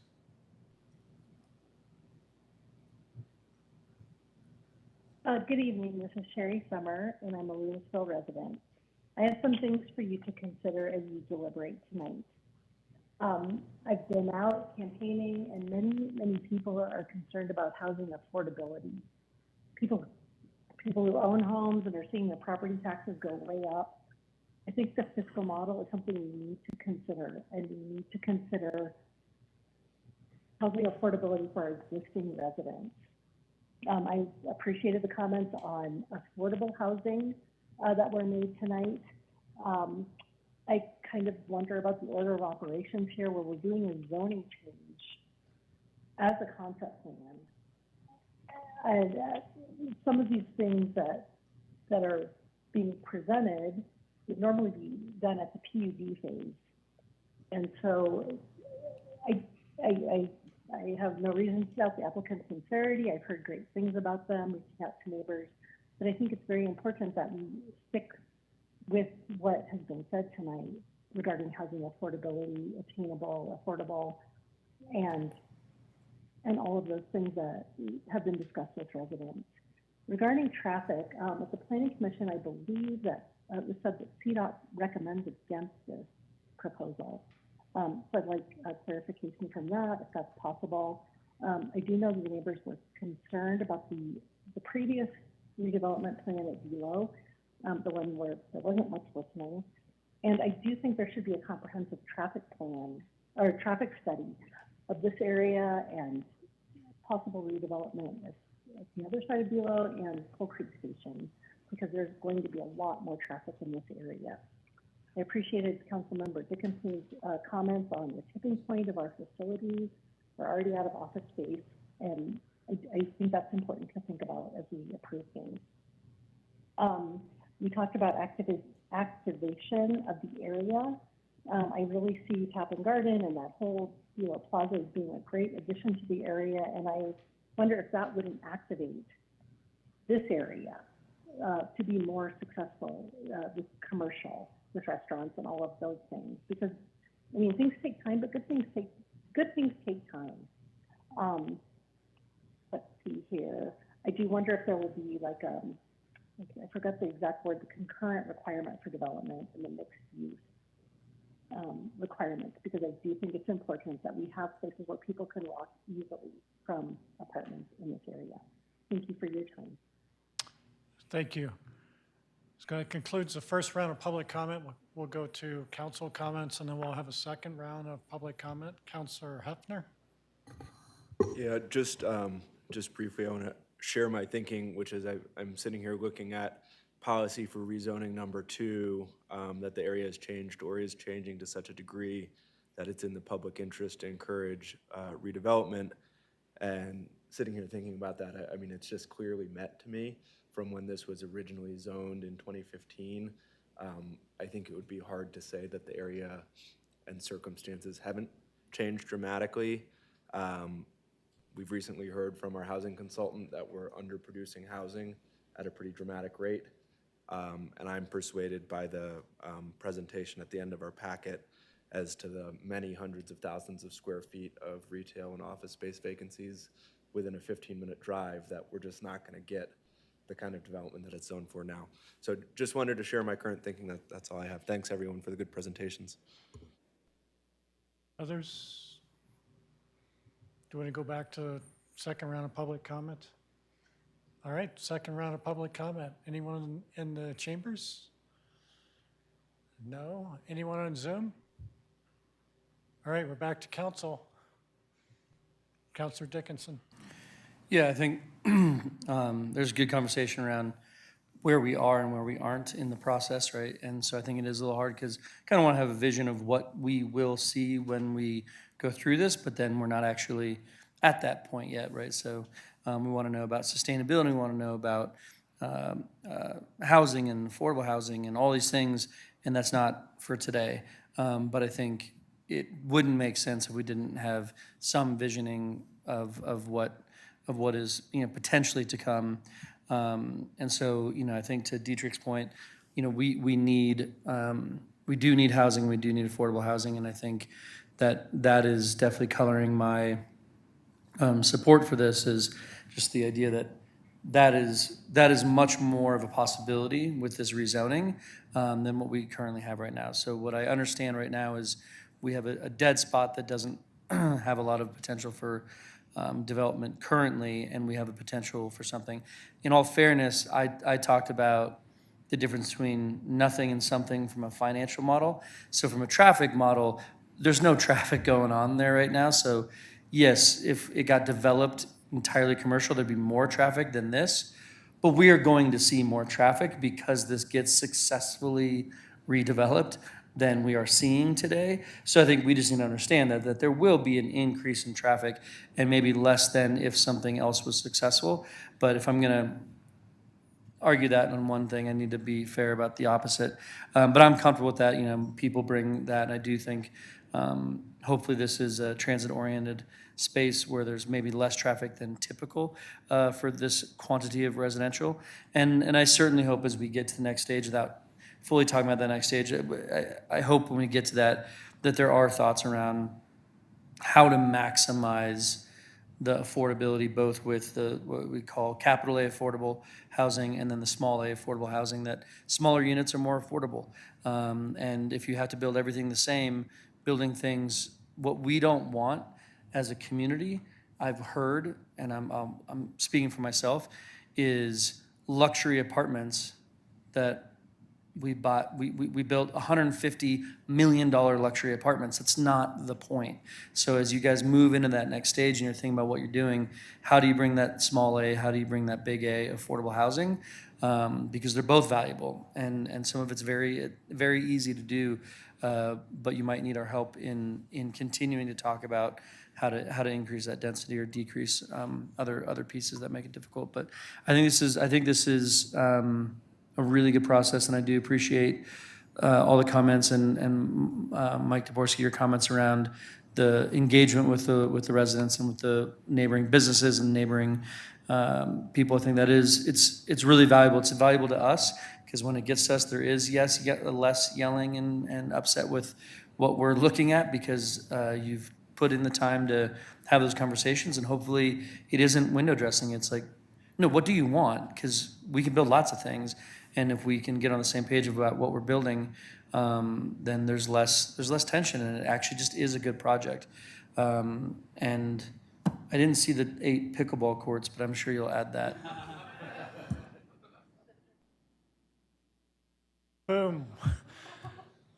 Well, first off, I want to thank the director and the planning staff that worked with you and the applicant.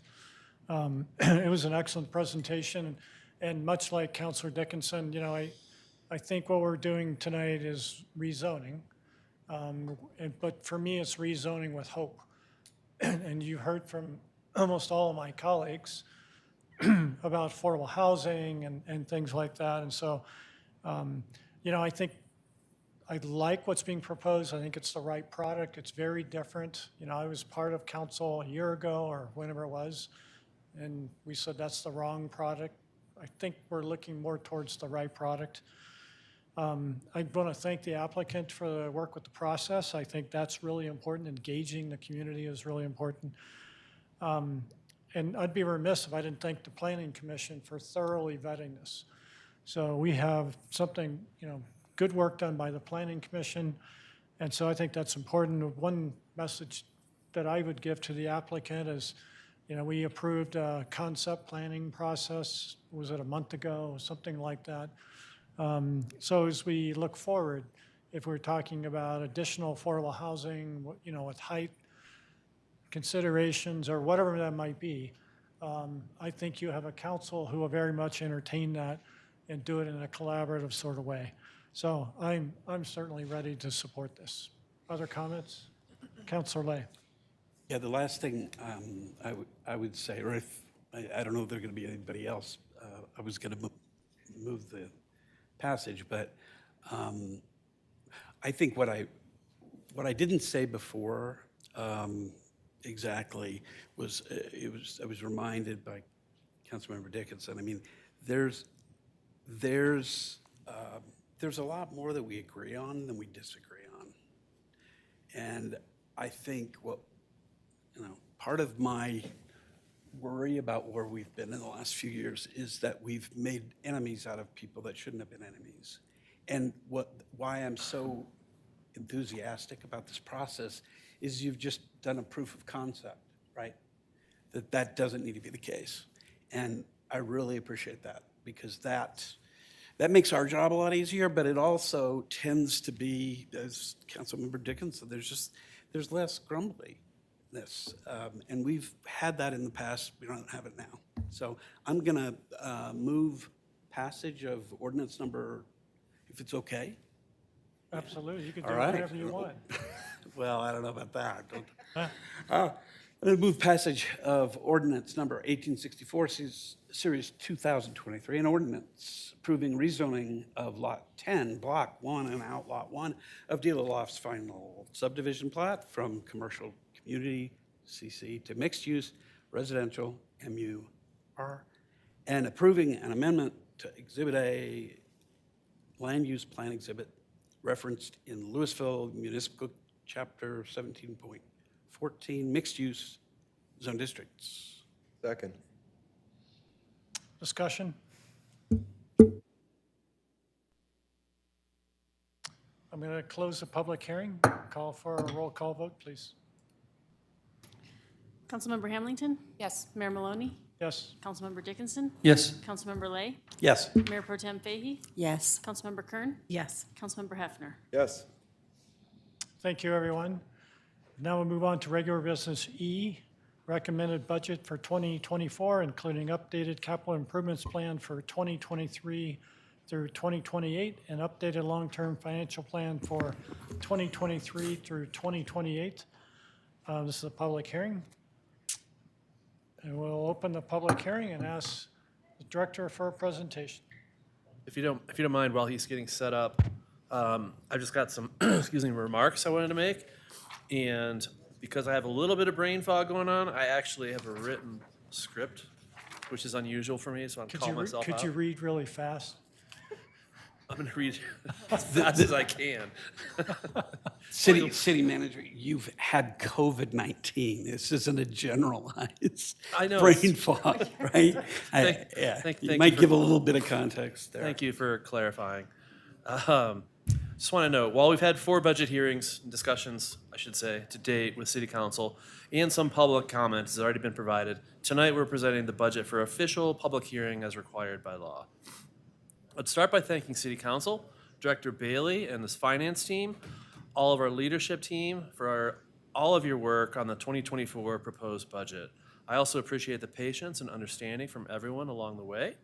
Our budget process last year was challenging given all the new Marshall Fire recovery expenditures and priorities, along with the personal challenges following my accident.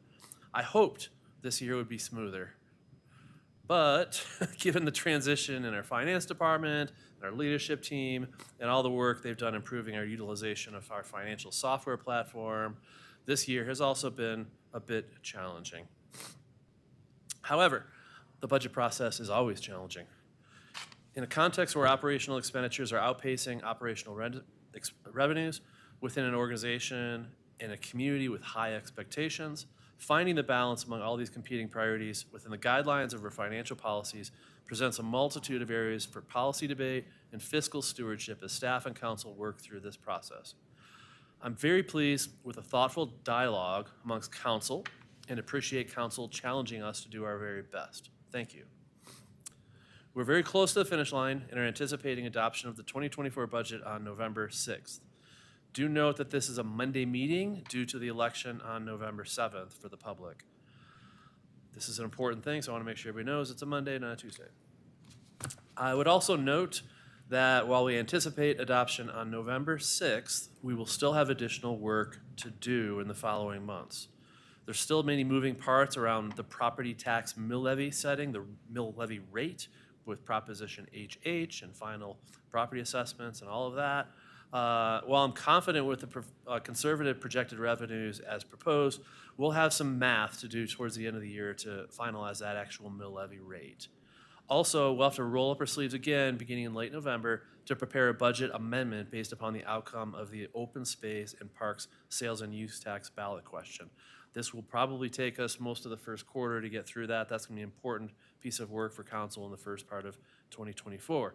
And since I was so brief at this point, I will ask our Finance Director Bailey to provide a presentation on the proposed 2024 budget. Thank you, City Manager Jeff Durbin. Appreciate that introduction. Good evening, council members. I'd like to welcome you, staff, and other attendees to the City Manager's 2024 final recommended budget presentation. I'd like to take this opportunity to thank finance, city staff, my fellow directors for their contributions in preparing this budget. It's a significant lift with multiple iterations over the past 3 months as we've worked towards today. I also want to thank and recognize your council for the significant time commitment made towards developing this budget. With that, I will begin with an outline of this evening's agenda. Based on feedback from 4 previously held budget hearings, staff is presenting the 2024 City Manager's final recommended budget. We'll begin with an introduction and next steps. We'll revisit our priorities, issues, and City Manager enhancements, present a structurally balanced general fund budget, a revised general fund long-term financial forecast. We'll touch on budgeted interfund transfers and the remaining funds' long-term financial forecasts.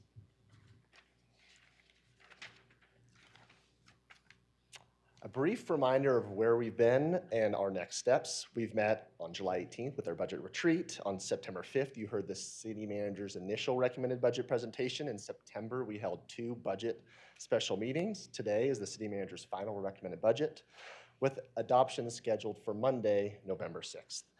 Other future steps, depending on the results of Proposition HH and the Board of County Assessor releasing final certification values, staff will prepare for council's approval of the final mill levies. That's in December or January, depending on those timelines. And in early 2024, staff will return with a budget amendment following the results of the open space and parks ballot measure 2C. The city strives to deliver a high level of service within the constraints of its available resources. A few notable priorities and issues given consideration in the development of the 2024 budget are as follows: the Marshall Fire Recovery Mitigation, Open Space and Parks Ballot Measure, our commitment towards sustainability and decarbonization of our city facilities, economic vitality, affordable housing, our personnel expenditures, and a reminder that of a reliance on the Superior Library IGA for our existing service levels at our library. The city manager has included the following enhancements to the city's 2024 recommended budget because of their significance or from previous council direction. Under information technology, enhanced security measures and Office 365 licenses, as well as a police department server upgrade. Under public safety, police department mental health co-responder pilot program. Under community development, comprehensive plan, land development code rewrite. And under the Parks and Open Space Fund, our PROST master plan, as well as enhanced mitigation efforts. The city manager has included the following personnel enhancements in this budget.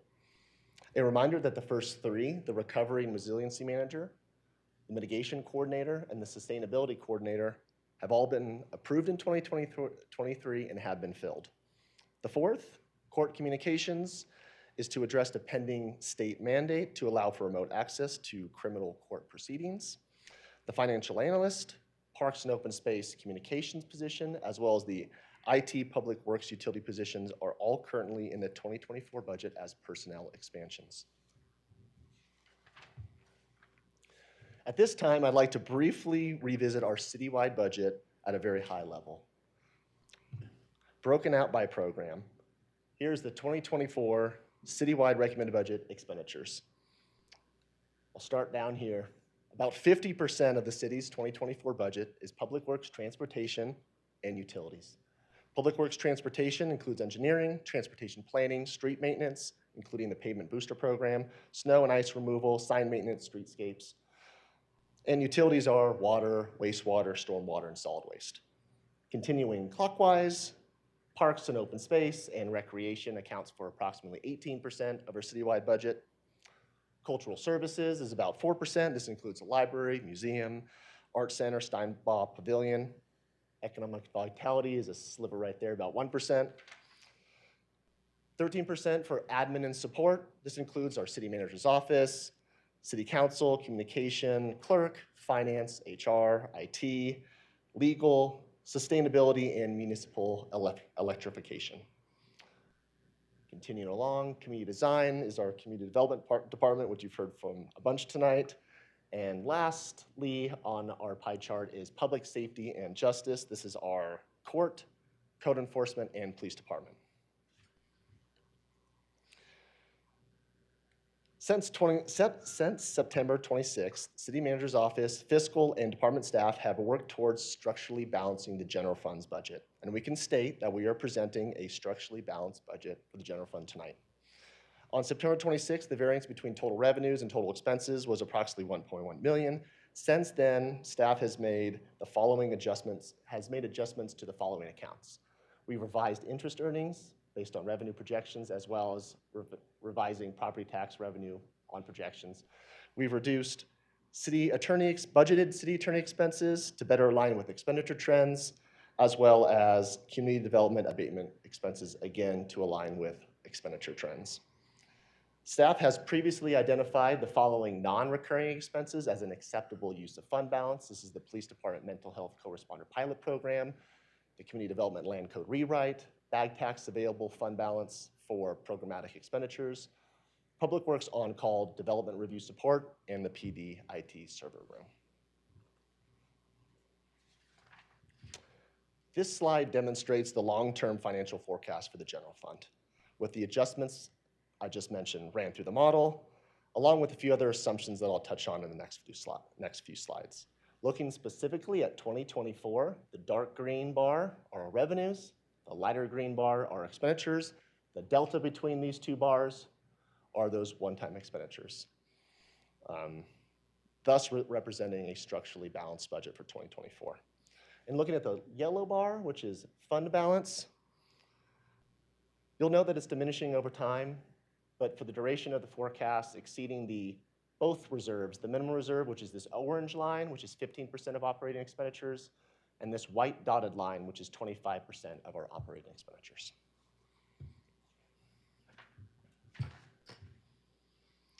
A significant expenditure category of that model and the entire city are our city employees. From 2023 to 2024, an increase of FTEs by 7, which we've touched on earlier, from 284 FTEs to 291. In 2024, total budgeted wages, full-time, variable, overtime are about $23.5 million, while projections in the out years include about 4% growth. In 2028, we're at $27.3 million for salaries. Another significant expenditure category are our benefits. We are expecting about 4.4% year-over-year growth when compared to 2023. In total, about $6 million for employee benefits. This is about 20% of total salary and benefit cost. In future years, we're anticipating between 5.5% and 7% growth in this expenditure category. I'd like to touch on the 2023 spike here. This is attributable to the city's making changes, modifications to the public safety retirement contribution, and a 10% budgeted increase in our health benefits, which was later negotiated down to 4%. So when these become actuals, this spike won't be so great. Talking about those assumptions in the general fund long-term financial model, we've revised future sales tax revenue projections to include 5% growth in the out years. For the 2024 budget, we're expecting $23.3 million in total sales tax revenue, which is a 5% increase over the prior year, 2023 budgeted amount of $22.1 million. The green bars are our total sales tax revenue, while the white line is our year-over-year percentage change. And you can see some impacts from COVID, recovery, pretty robust, and then again, the out years at 5%. Throughout our previous budget presentations, there's been much discussion about property tax. Based on your feedback contained within the city manager's final recommended budget, this includes a 16% reduction in mill levies. This is to assist our residents in offsetting increased value assessments from the Boulder County Assessor's Office. In future years, we will right-size the rec center debt mill levy to align with the debt payments. Final mills will be set once staff receives final certification from the Boulder County Assessor. In out years, we are projecting 4% revenue growth. So the green bars, again, are total revenue over time. The white line are our mill levies over time. Here's that 16% reduction in 2024, right-sizing for debt for the rec center mill levy, and then continuing to right-size that mill levy to align with debt payments. On this slide, I'll summarize the 2024 budgeted interfund transfers. These amounts are unchanged from the biennial budget adopted in November of 2022 and all previously held budget hearings on the 2024's budget. These transfers are driven by and in alignment with our city's financial reserve policies. So I'll just explain how this works real quickly. On the left-hand side, you've got transfers out. On the top, you've got transfers in. So you can see these transfers out from the general fund into the open space and parks fund, the cemetery fund, and the recreation fund. These are subsidies from the general fund to those other funds. Going down these rows, the cemetery perpetual care fund, the endowment fund, shifts funding to the cemetery operating fund. The historic preservation fund sends funding to our general fund for museum services and cultural services. The capital projects fund sends funding to the recreation fund for capital expenditures and in alignment with our reserve policies. And lastly, the impact fee funds. These are received and distributed to parks and public works based on actuals collected for projects eligible for this funding. Up next, we'll go through each of the following funds' long-term financial forecasts. Beginning with the capital fund. The city has significant amount of capital project expenditures this year and the next year, exceeding $20 million each year. This, along with the $3 million net of offsetting grants added newly added capital project expenditures results in the fund balances to be depleted by 2026. The capital fund does not have a minimum reserve balance policy, and a reminder that the entire CIP program will be reconsidered as part of the 2025-2026 budget development process. As such, staff is not recommending any adjustments at this time. We could remove newly requested CIP project costs in out years, or some or all projects entirely, and doing so would impact the forecast and increase future fund balance levels. This may be better demonstrated on this slide. Here's the complete list of newly requested CIP out-of-cycle capital projects, currently in the city manager's recommended budget. Approximately $7 million in total, $3 million net of grants over the next 5 years. Again, these new projects are a primary driver of the low ending fund balance in 2026. If we remove out-year costs of these new projects, that would increase your 2026 fund balance by about $800,000, and that would allow us to get started on these projects right away. Reductions of additional 2024 capital project requests would increase that fund balance in 2026 by approximately the same amount. Again, the full CIP program will be evaluated as part of the 25-26 budget process. Staff is recommending to retain all newly added projects while continuously monitoring the fund's fund balance.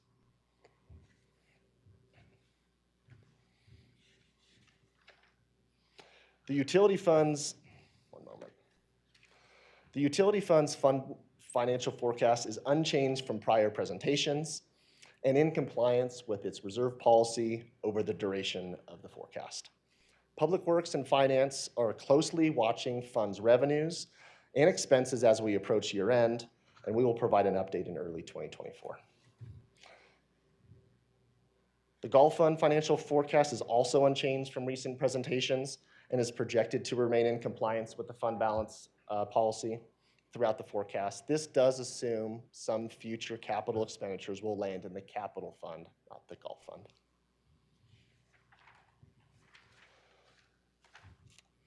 And lastly, for the Open Space and Parks Fund, a reminder that a status quo budget with parks and open space in the same fund as it is today is being recommended as a starting point for 2024. This is to ensure seamless operations of both of these divisions.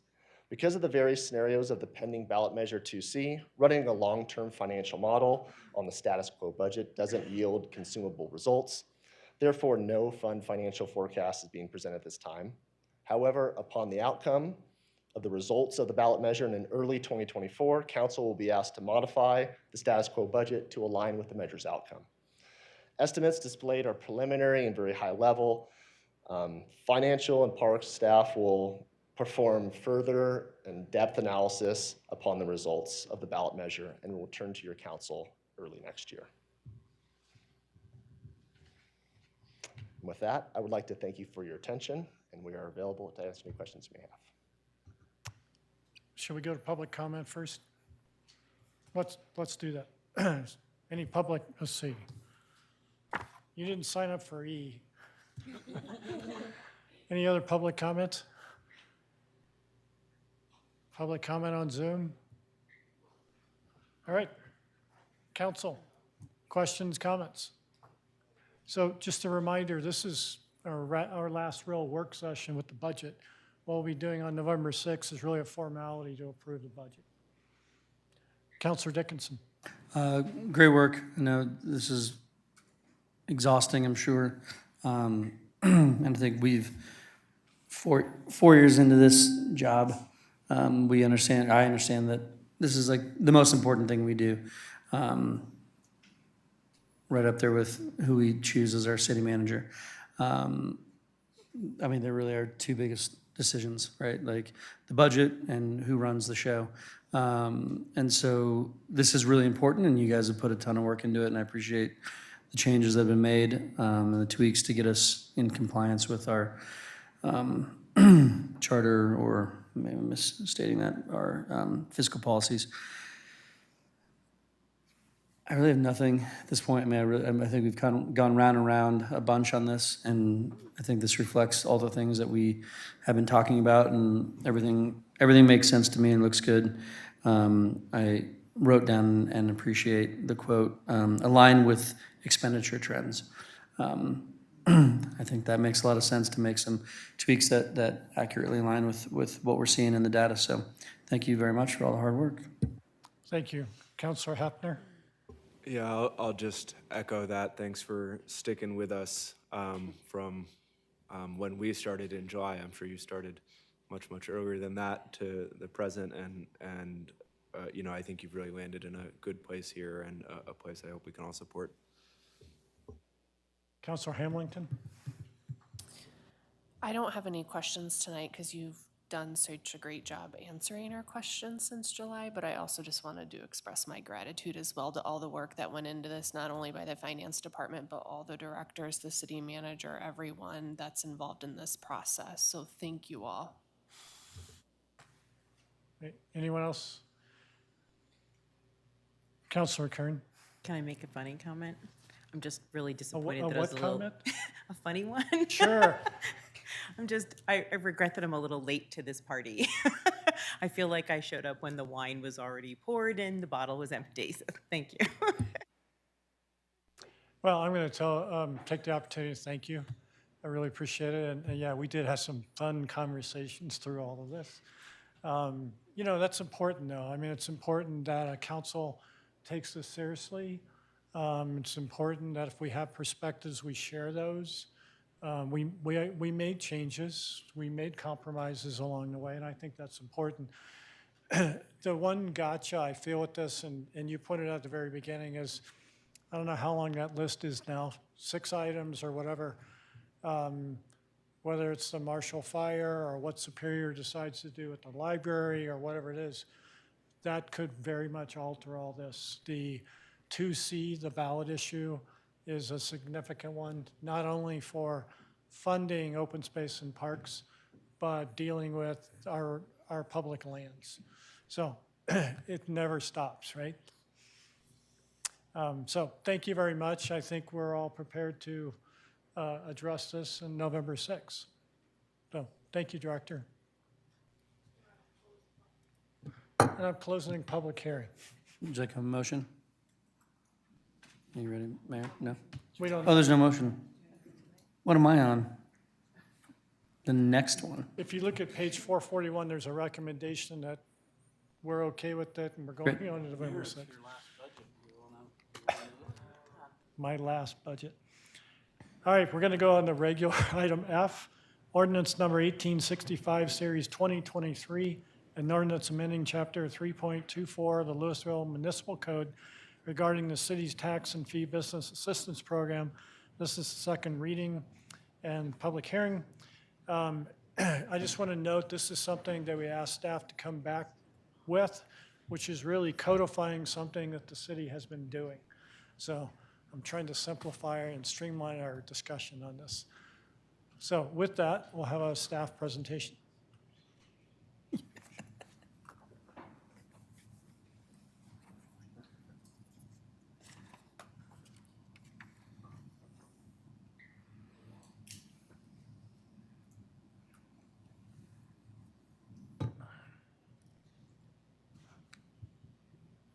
Good evening, Council. Austin Brown for staff.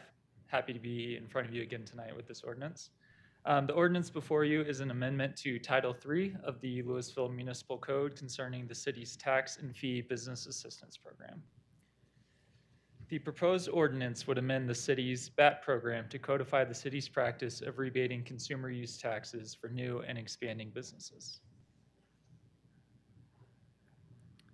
In 2007, the Louisville City Council adopted Louisville Municipal Code, Chapter 3.24, establishing the city's tax and fee business assistance program, which authorizes rebates of certain taxes and fees to eligible businesses. Per the current program, the city can offer rebates on the following items for a period of up to 10 years or until a specified maximum amount is reached: building permit fees, construction use tax, sales tax, And while it's not explicitly listed in the code, consumer use tax has historically been included in the program. The city's practice has been to rebate 50% of these fees and taxes for projects that participate in the BAP.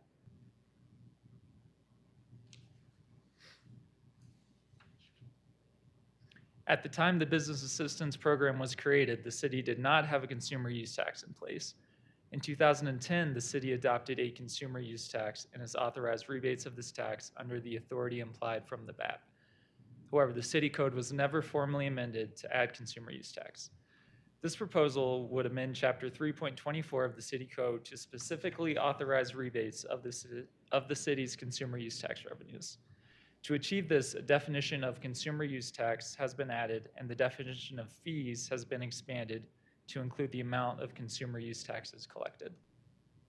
In addition to making this clarification in the code, the city attorney's office also recommended adding language to Chapter 3.24 requiring that businesses must remain open for 10 years following the issuance of a certificate of occupancy or pay back 10% of assistance for each year out of the 10 that the business fails to remain open.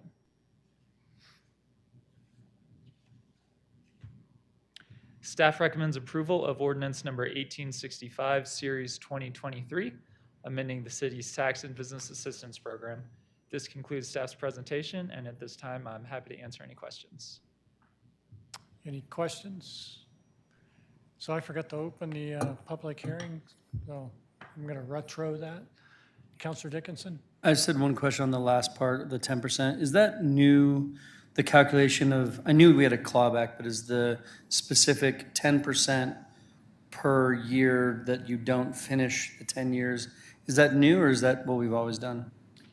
So I think we've included something similar in agreements, but it hasn't been in the code. That's my understanding. Yeah, it kind of felt like it's like, oh, well, if you finish in less than, if you don't remain open for 10 years, we can, my brain had, we can claw it all back. But Rob, you're nodding, or I don't know. I didn't mean to nod in an official, formal answer way, but I was thinking it's always been 10% per year. It's never Okay. been the full thing. If you Yeah, I don't just fail never 10. remember seeing that, so I didn't know if we were at it. But that's more, again, codifying what we've basically been doing. That's not a change. Right. Okay, that's all. All right, thank you. I think we're going to go to first round of public comments. Anybody in the chamber? No? Anybody on Zoom? No? Back to council? We will have one more round of public comment. No discussion, second round of public comment? Seeing none, we'll go back to council. Councilor Hefner? I would move the passage of ordinance number 1865, series 2023, an ordinance amending chapter 3.24 of the Louisville Municipal Code regarding the city's tax and fee business assistance program.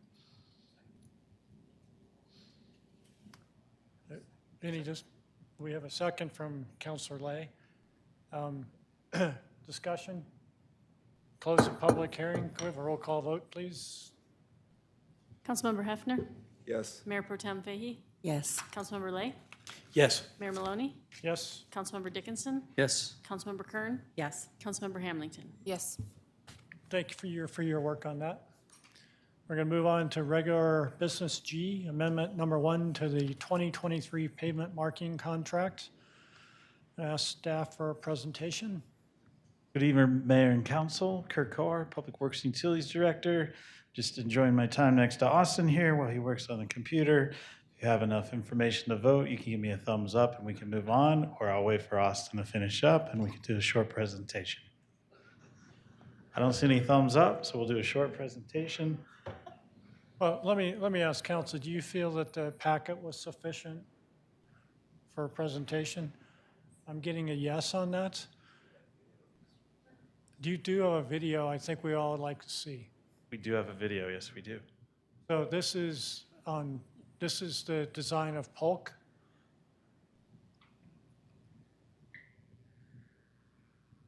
This is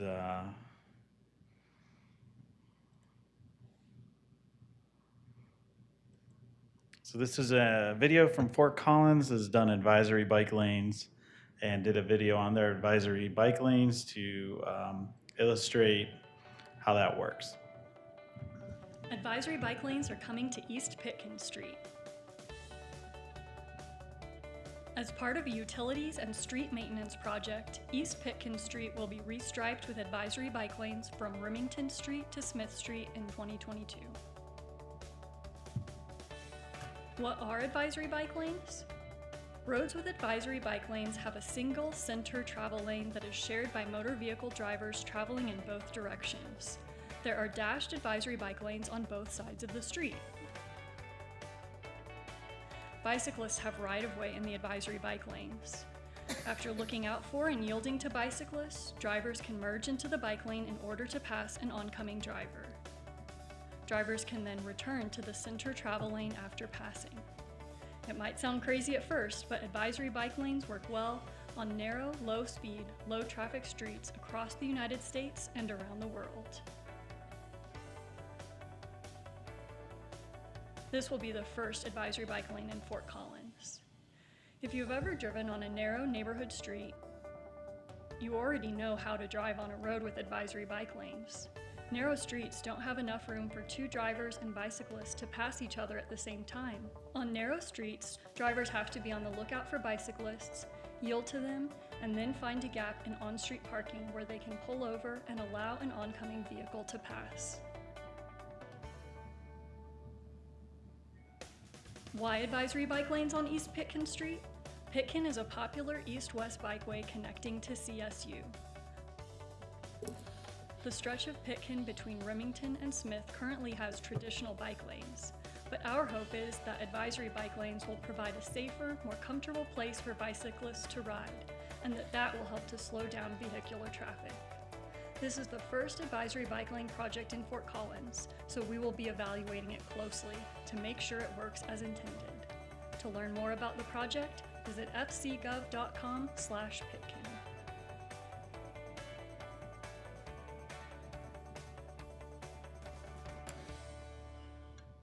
There's one simple hearing that anyone. Why did you stop it? We can keep going. I could do this all night. Any questions for the director before we go to public comment? Joshua Cooper. Oh, I'm sorry.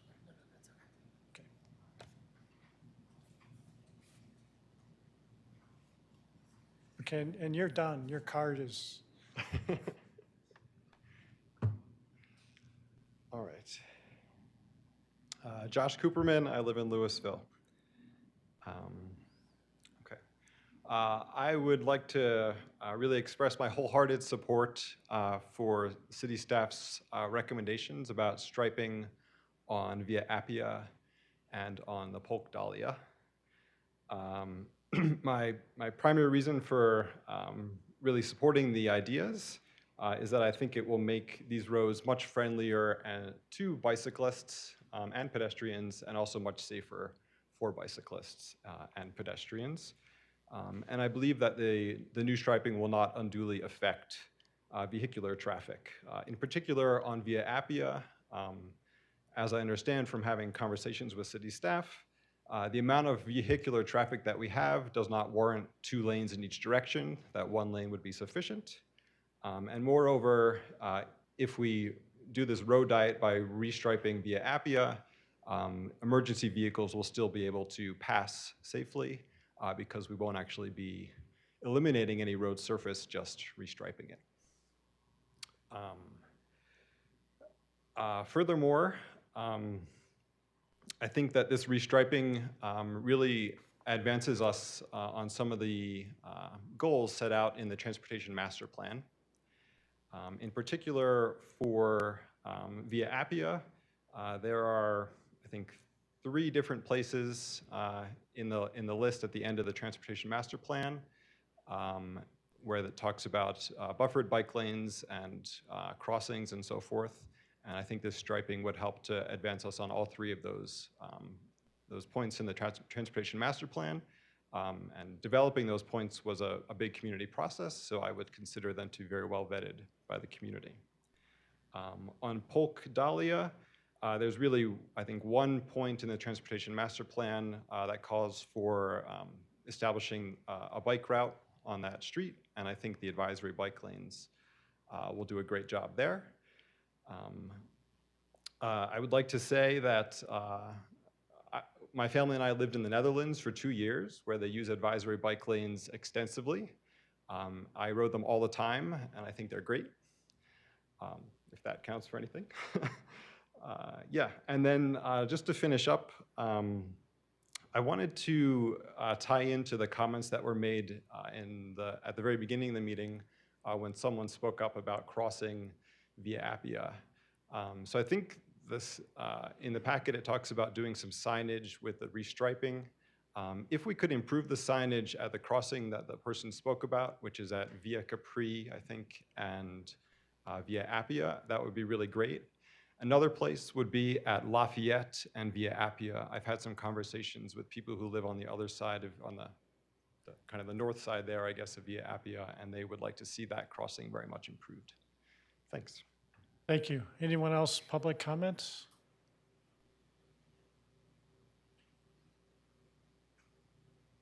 My name is Griffin Cook, and I live in Louisville, Colorado, in the Dutch Creek subdivision.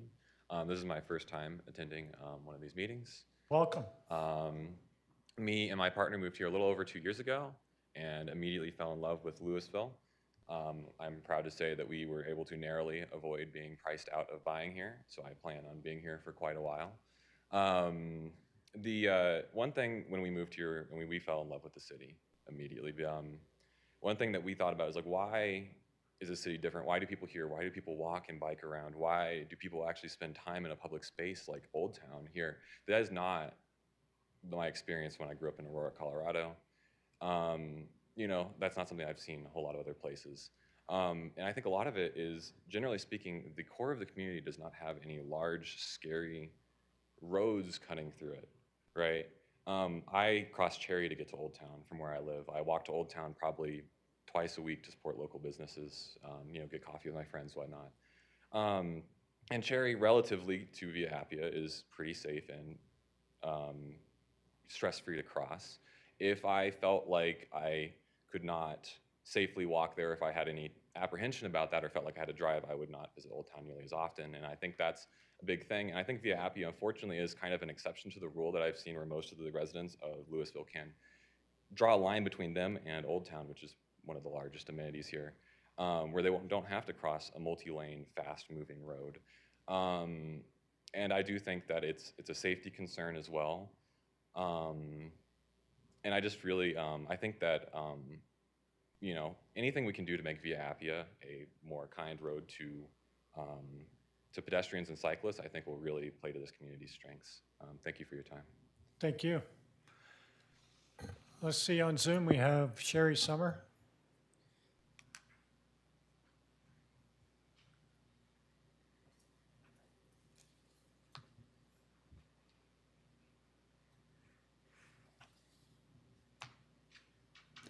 Sherry, it looks like you're speaking, but we can't hear you.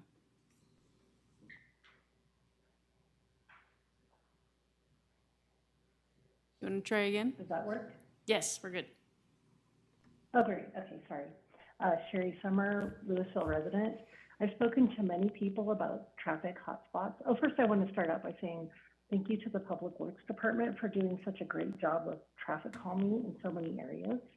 It's been very appreciated by many residents. I have spoken to a lot of residents about concerns about traffic, and one of the hotspots is Via Appia. Children and older children, younger children are trying to cross there to get to school.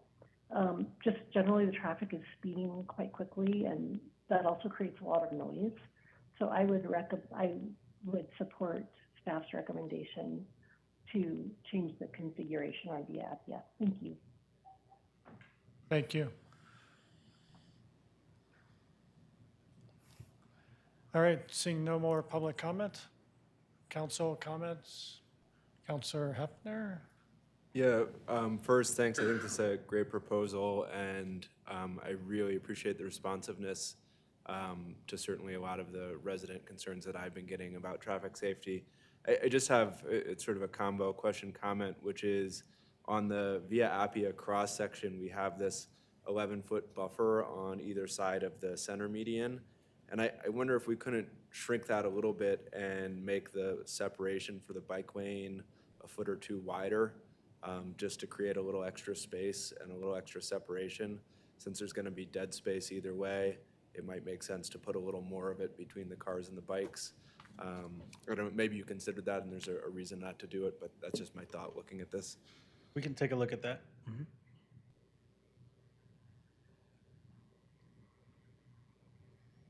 Counselor Hamilton? Thank you. So I like the idea for Via Appia. Remind me, it's kind of similar to what we did on Cherry a while ago, Yeah, right? essentially Okay. we're doing what we did on Cherry on Via Appia. Yeah, okay. In addition to the comments about the crosswalks, thinking about the Polk Dahlia corridor and the proposed bike lanes, I think those are a great idea as well. What's coming front of mind to me, and I know you mentioned it in the packet, but I have to say it out loud tonight, is education of the community. And e-bikes pops up into my mind again, and all the kids riding around on e-bikes, and making sure that they understand as well how they participate in this new traffic pattern. So I don't know if that's a bigger item we need to address up here in addition to that, but that's a big concern for me. It's not a concern that says we shouldn't do this. It's a concern that says we just need to make sure we begin to address that as well. Thank you. Counselor Lay? Yeah, a great presentation. Thank you for the video. That was nice. We don't usually get videos in meetings, so it kind of felt, I don't know, just that was a good thing. One thing that I would say is that in the video, they did mention in the Fort Collins example, the idea of coming back and evaluating it. I think that would be really good. In fact, I mean, I think generally speaking, the traffic calming would be a good thing to bring back for evaluation.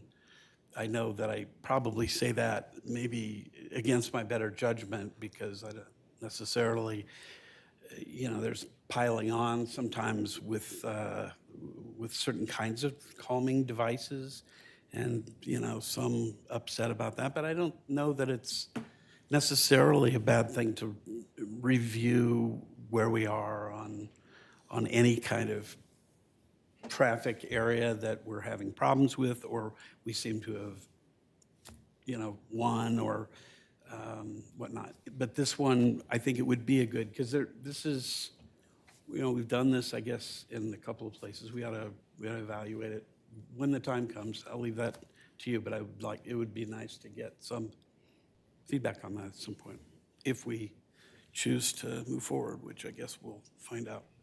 Counselor Dickinson? Does this need a motion, amendment number 1 to the? Okay, so I'd move that we approve amendment number 1 to the 2023 pavement marking contract. Second. And just briefly speak in favor, I think this is great. I'm a little concerned about, one street in Louisville operating this way, and sort of, I can just picture driving on Pine, you take a left and like, what's happening on this road? I've been on these roads, they do make sense. It's like one of those like, just kind of brilliant things that somehow this works. Just having one lane for 2 directions makes no sense, and yet it does, it works. So I think that intuitively it'll work quite well, but I definitely think we're gonna need a lot of education and signage on there. Like, just realize this isn't a one-way street. But even then, like if it were and someone's coming the opposite direction, you solve that. You're like, whoa, let's go around each other. So I think it'll be great. And then my only question on Via Appia, only thought is, we did this, as Councilmember Hamilton said, on Cherry. I've driven on Cherry, 100 times since then. Works great every time for me. Have we gotten feedback? I know we got a lot of feedback on the left-hand turn off of Garfield onto South Boulder Road. Lots. Have we gotten any feedback negative around what we did on Cherry? Every time we make a change, there's some feedback. Cherry had some of that, but essentially Cherry's been pretty quiet. we're actually getting more chatter that people feel like they want more on Cherry. They want cars to go slower. But we've had great comments from bicyclists, from pedestrians crossing on Cherry. So everyone's more comfortable and safer because of what we did. And that's just Yeah. going to translate to Via Appia. And so I just really feel like the Via Appia is going to go similarly, that like there will be somebody like, what are they doing? Why are, and then after a month or so, it's like, this is fine. Like we only need one lane each way. There's not a lot of traffic. And so I really support these two concepts. And like Councilmember Lay said, very interested to see what kind of feedback and studying the effects on Polk and if this makes sense on more of our roads than just this one, but it's great. Thank you. City Clerk, did somebody second the motion? Okay, great. Mayor Pro Tem Fahey? Thank you. Yes, I'll reiterate what everyone else has said. I think this is a great idea. Glad you came up with it.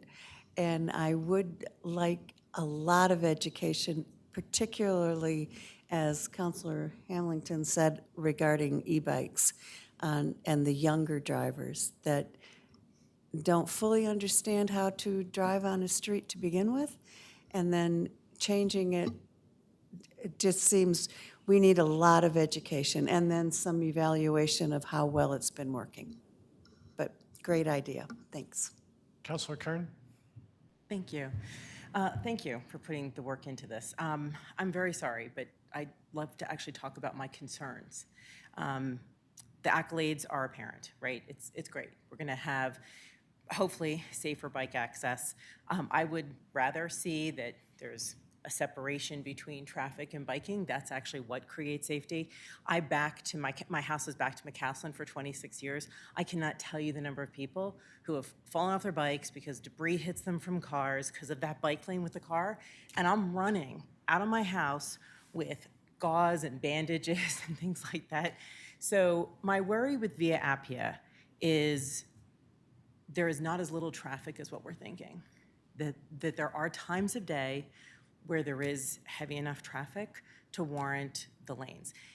The other comment that we've seen, I've heard a lot locally, is with the new medians that we put in, the way that we angled them.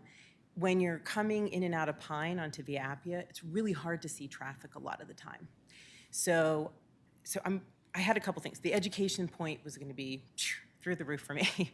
I'd like to see that the whole community gets the video, how we use this, how do you turn left and right.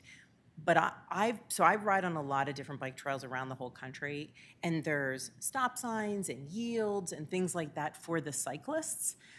I was curious to know, where are we, since there's not traffic lights on Via Appia, with people who are turning, like crossing, let's say coming from Pine and turning left on Via Appia toward McCaslin, probably heavily made turn. It's already kind of difficult. You're crossing 2 lanes of cars and into 2 more lanes of cars. So now, as a driver, we have to look for the cyclists, who is very hard to see. We don't require them to have specific like flashing lights or a headlight, especially if it's early morning or at this time of year toward the end of the day when it's getting dark. It's going to be hard to see somebody. And I'm worried that we're doing something to improve bike safety and could inadvertently create harm. I'm also concerned from the driver's perspective just how much more difficult this is, because that's such a heavily used road by a lot of the locals who live in that area. Having lived there, that's actually a lot of heavy traffic for me too, I have to admit. I just was hoping we could address the cars turning, being able to see the bikes, the cyclists, seeing pedestrians as they cross a crosswalk and making sure that they understand the pedestrian has the right of way before a cyclist does in a crosswalk. That's good education. And thank you so much, Councilmember Lay. I would love if there's an opportunity for us to revisit in this future. It's a lot of money to invest in these lanes. If it doesn't work and any of my concerns are realized and the community is like, can we get our 2 lanes back and just widen our paths on the side that work as a pedestrian and bike path? That might be better. Thank you. Okay. Did you want to comment? Sure. I'll try to remember and rattle it down. So education, we're already working on education. This is some of the educational materials that we will put out to this neighborhood and to the city through our social media channels and other channels. Ginger Cross is working on this with Public Works. Thank you, Adam, for letting us borrow Ginger. And she does live in this neighborhood, so she kind of understands what's going on. So a lot of PR, a lot of campaign. We are going to work on a video for Louisville, a Louisville video, like Fort Collins, so that'll be available. We plan to have sandwich boards along the corridor when this is first installed, and we plan as Public Works to be out on the street with vests at like the school zone for drop off, to be answering questions, and just kind of like a full-on engagement and embed in the community to kick this off per se. City Council has a work plan on transportation later next year. It's probably an ideal time to see how things went. Let's work with the ultimate fear, we install it and it's just chaos and disaster. We do view this as a pilot. We can go out there and black out the striping we put down and go back to what is normal. One of the reasons we've gone to this solution is because this street is not wide enough to accommodate parking and sidewalks and bike lanes. So this is a way to make it a complete street with limited width. As far as Via Appia, we have bike lanes on Via Appia now with the current traffic. The lane reduction is going to reduce the number of lanes that people have to cross to go across Via Appia, so there's a level of comfort there. It'll reduce the number of lanes that bikes will have to go across. There are details. We've shown you concepts, but now that we know that we have your support, there's details that we'll work on at some of the various crossings to put maybe delineators at the crossings to create simple barriers for people crossing.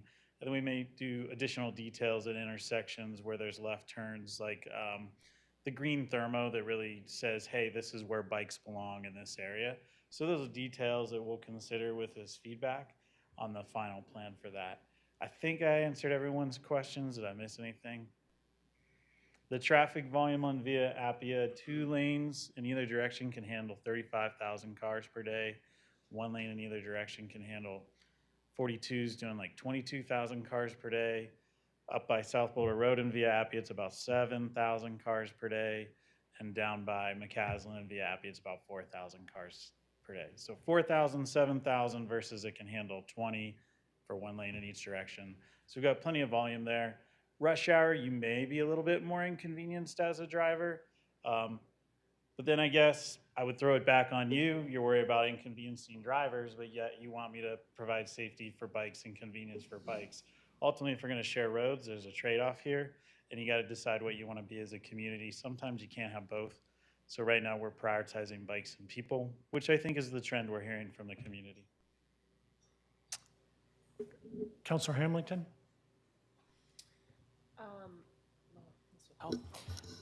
Director Blackmore, did you want to make a comment about the berms going off of Pine? Sure, I'd love to. Yeah, so we have engaged services after an evaluation of those 2 berm walls turning left from Pine onto Via Appia that they should be lowered.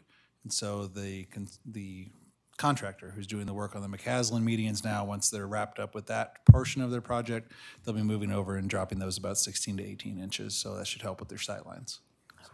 Thank you. And my question is, you've done such a great job engaging the families along the Polk Dahlia corridor through many conversations and surveys. Has this idea been presented to them at any point in time, this concept? I know we could always go back and, if it doesn't work, go back to where it is right now, but I'm curious about that. We have not gone into the neighborhood and said, hey, what do you think? We think this is something that's a pilot that we just need to try. And we think that if we go through a what do you think process, it's something that feels hard to understand on paper, but probably intuitive when you use it. Someone said that. And we just need to go through this piece of the process as this pilot in Louisville. It has benefits for so many roads throughout Louisville, and this is a really ideal candidate. So we want to install it. It accommodates all the goals of the neighborhood. Maybe it doesn't look like what they thought they wanted.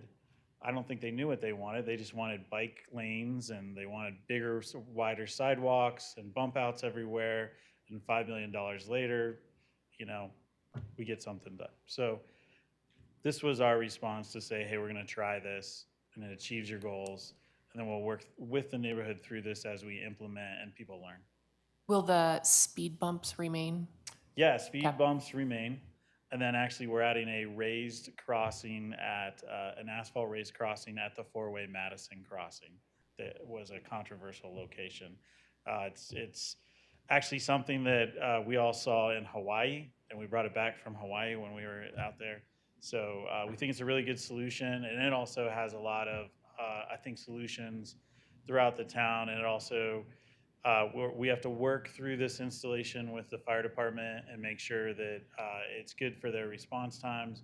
But we think it's a solution that doesn't slow down response times and can be utilized elsewhere in the city for much cheaper than concrete raised crossings. So that's another benefit in some of this as well.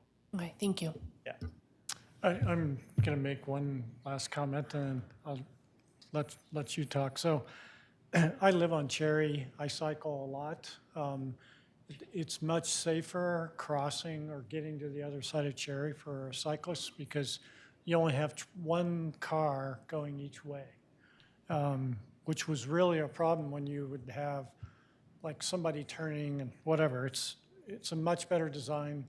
And so cyclists and pedestrians, I believe, are our primary concern for safety. And so I support these. One question I have for the city clerk, can we do a voice vote on this? Okay. Councilor Hefner?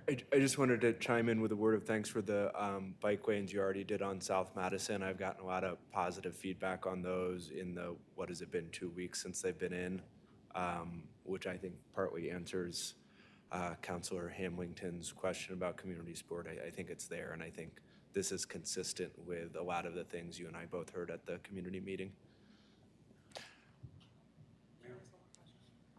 Councilor Kern? I'm sorry, I thought of one other issue. I apologize, I know it sounds like really great. I just want to hope, and like you're an incredibly brave person, so I really appreciate the work on this. What about the intersection when Via Appia ends at South Boulder Road? We've already eliminated the right turn on red because of the danger with that. That's 2 lanes. That right lane now backs up a good 8 cars deep on a regular basis. So if we're taking that to 1 lane from 2, because you have the left turn lane and the right one backs up now until the traffic light goes, and we're now down to 1. Have we thought about how just 1 lane and now there's not a right and a left, everybody has to be sitting, and how long that's going to be and what that backup's going to look like, and the bike impact too for that? Yeah, the, how do you do the laser on this? Expand at the intersections. I'm sorry, I missed it. I don't know how this laser works, but up on this side. You just said you're bright, you can't. I know, it's too many buttons. We have 2 lanes. We have a left turn lane at the intersection. We have a right turn lane. The bike lane then goes in between those. It's kind of weird, but that's how the standards work for the manual of uniform traffic control devices. You do still, when we get to intersections, we still provide the laneage necessary for the various turning movements and queuing that needs to take place. We'll certainly double and triple check the right turn lane length. Obviously, with all that yellow hatching there, we have a lot of flexibility. So we're aware of that. There's also, we have to kind of worry about the bus stop in that area as well. So there's a lot of details. Again, you guys are looking at concepts, and we got to flush out like really detailed stuff. But if this just was a no-go, then we didn't want to burn staff time on that. So before we do a voice vote, Director Bailey, you're going to have to add $250,000 to the expenditure budget. Okay. This is within current budgets that you've already adopted. We're not asking for more money tonight. We're just using underruns from being responsible with this year's budget. Did we previously do the additional authorization? Yes, that was the previous authorization, was your 2023 striping budget. This new approval, if you all approve it, is an additional $250,000 to striping, but it's under total paving and striping budgets for the year. You'll actually be putting $50,000 back into your capital fund. So you're making money a little bit. All in favor? Say Aye. Aye. Aye. Opposed? Did you say aye? Okay.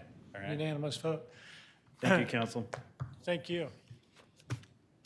All right, we're going to move on to Item H, executive session. And I'm going to ask the city attorney to introduce the item. Thank you, Mayor. As noted on the meeting agenda, the mayor is requesting an executive session for discussion of annual performance evaluations of the city attorney, water attorney, and municipal judge pursuant to Section 5-2B of the city's Home Rule Charter and CRS Section 246402-4F. Prior to entertaining any motion, the city clerk will read a statement required by the city code. It is the policy of the city to conduct public business and meetings open to the public. While in executive session, it is inappropriate to take straw votes, keep minutes, or make any final decisions. It is the duty of each council member to ensure executive sessions are conducted in strict compliance with this ordinance, state and federal law, and any applicable provisions of the state and federal constitutions. If at any time the scope, nature, or parameter of this executive session goes beyond the publicly stated topic, it is the responsibility of the city council to terminate and cease any further deliberation within the executive session and return to the public meeting. Only those topics described in city ordinances may be discussed in an executive session. Those topics are summarized as follows. Where federal or state law requires the information being discussed remain confidential, certain personnel matters involving only employees directly appointed by the city council or other personnel matters upon request of the city manager or mayor, consideration of water rights and real property acquisitions and dispositions, but only as to appraisals, value estimates and strategy, and legal consultation with an attorney representing the city with respect to pending litigation. Regarding the authority for the executive session, Section 5-2B of the Home Rule Charter authorizes an executive session for the purpose of reviewing the performance of employees directly appointed by the City Council. An executive session for this purpose is also authorized by the Open Meetings Law, Section 246402-4F of the Colorado Revised Statutes. The request involves evaluations for the city attorney, water attorney, and municipal judge, who are all employees directly appointed by the city council. With that, Mayor, you may entertain a motion to go into executive session for consideration of performance reviews and evaluations. I move to go into executive session for the purpose of consideration of performance review of employees directly appointed by the city council, and that the executive session include city attorney Kathleen Kelly, except for the portion regarding the performance of the city attorney. A roll call vote, please. Second. Wait. I second. Councilmember Hamilton? Yes. Councilmember Hamilton? Yes. Mayor Maloney? Yes. Mayor Pro Tem Fahey? Yes. Councilmember Hefner? Yes. Councilmember Kern? Yes. Councilmember Dickinson? Yes. Councilmember Lay? Yes. City council will now adjourn for executive session.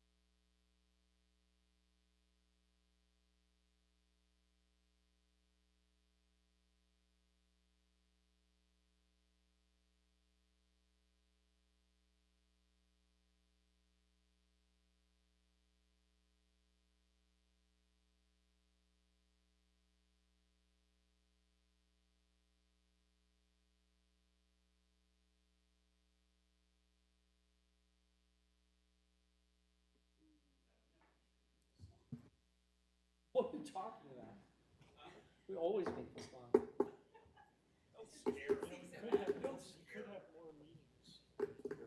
More big, well, that's not much better, but.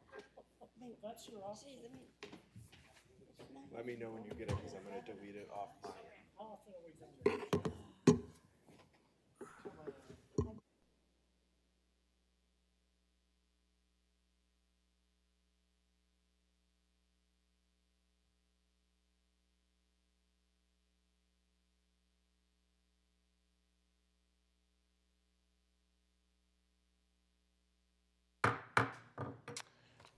We're back in session and like to get a report out from City Attorney.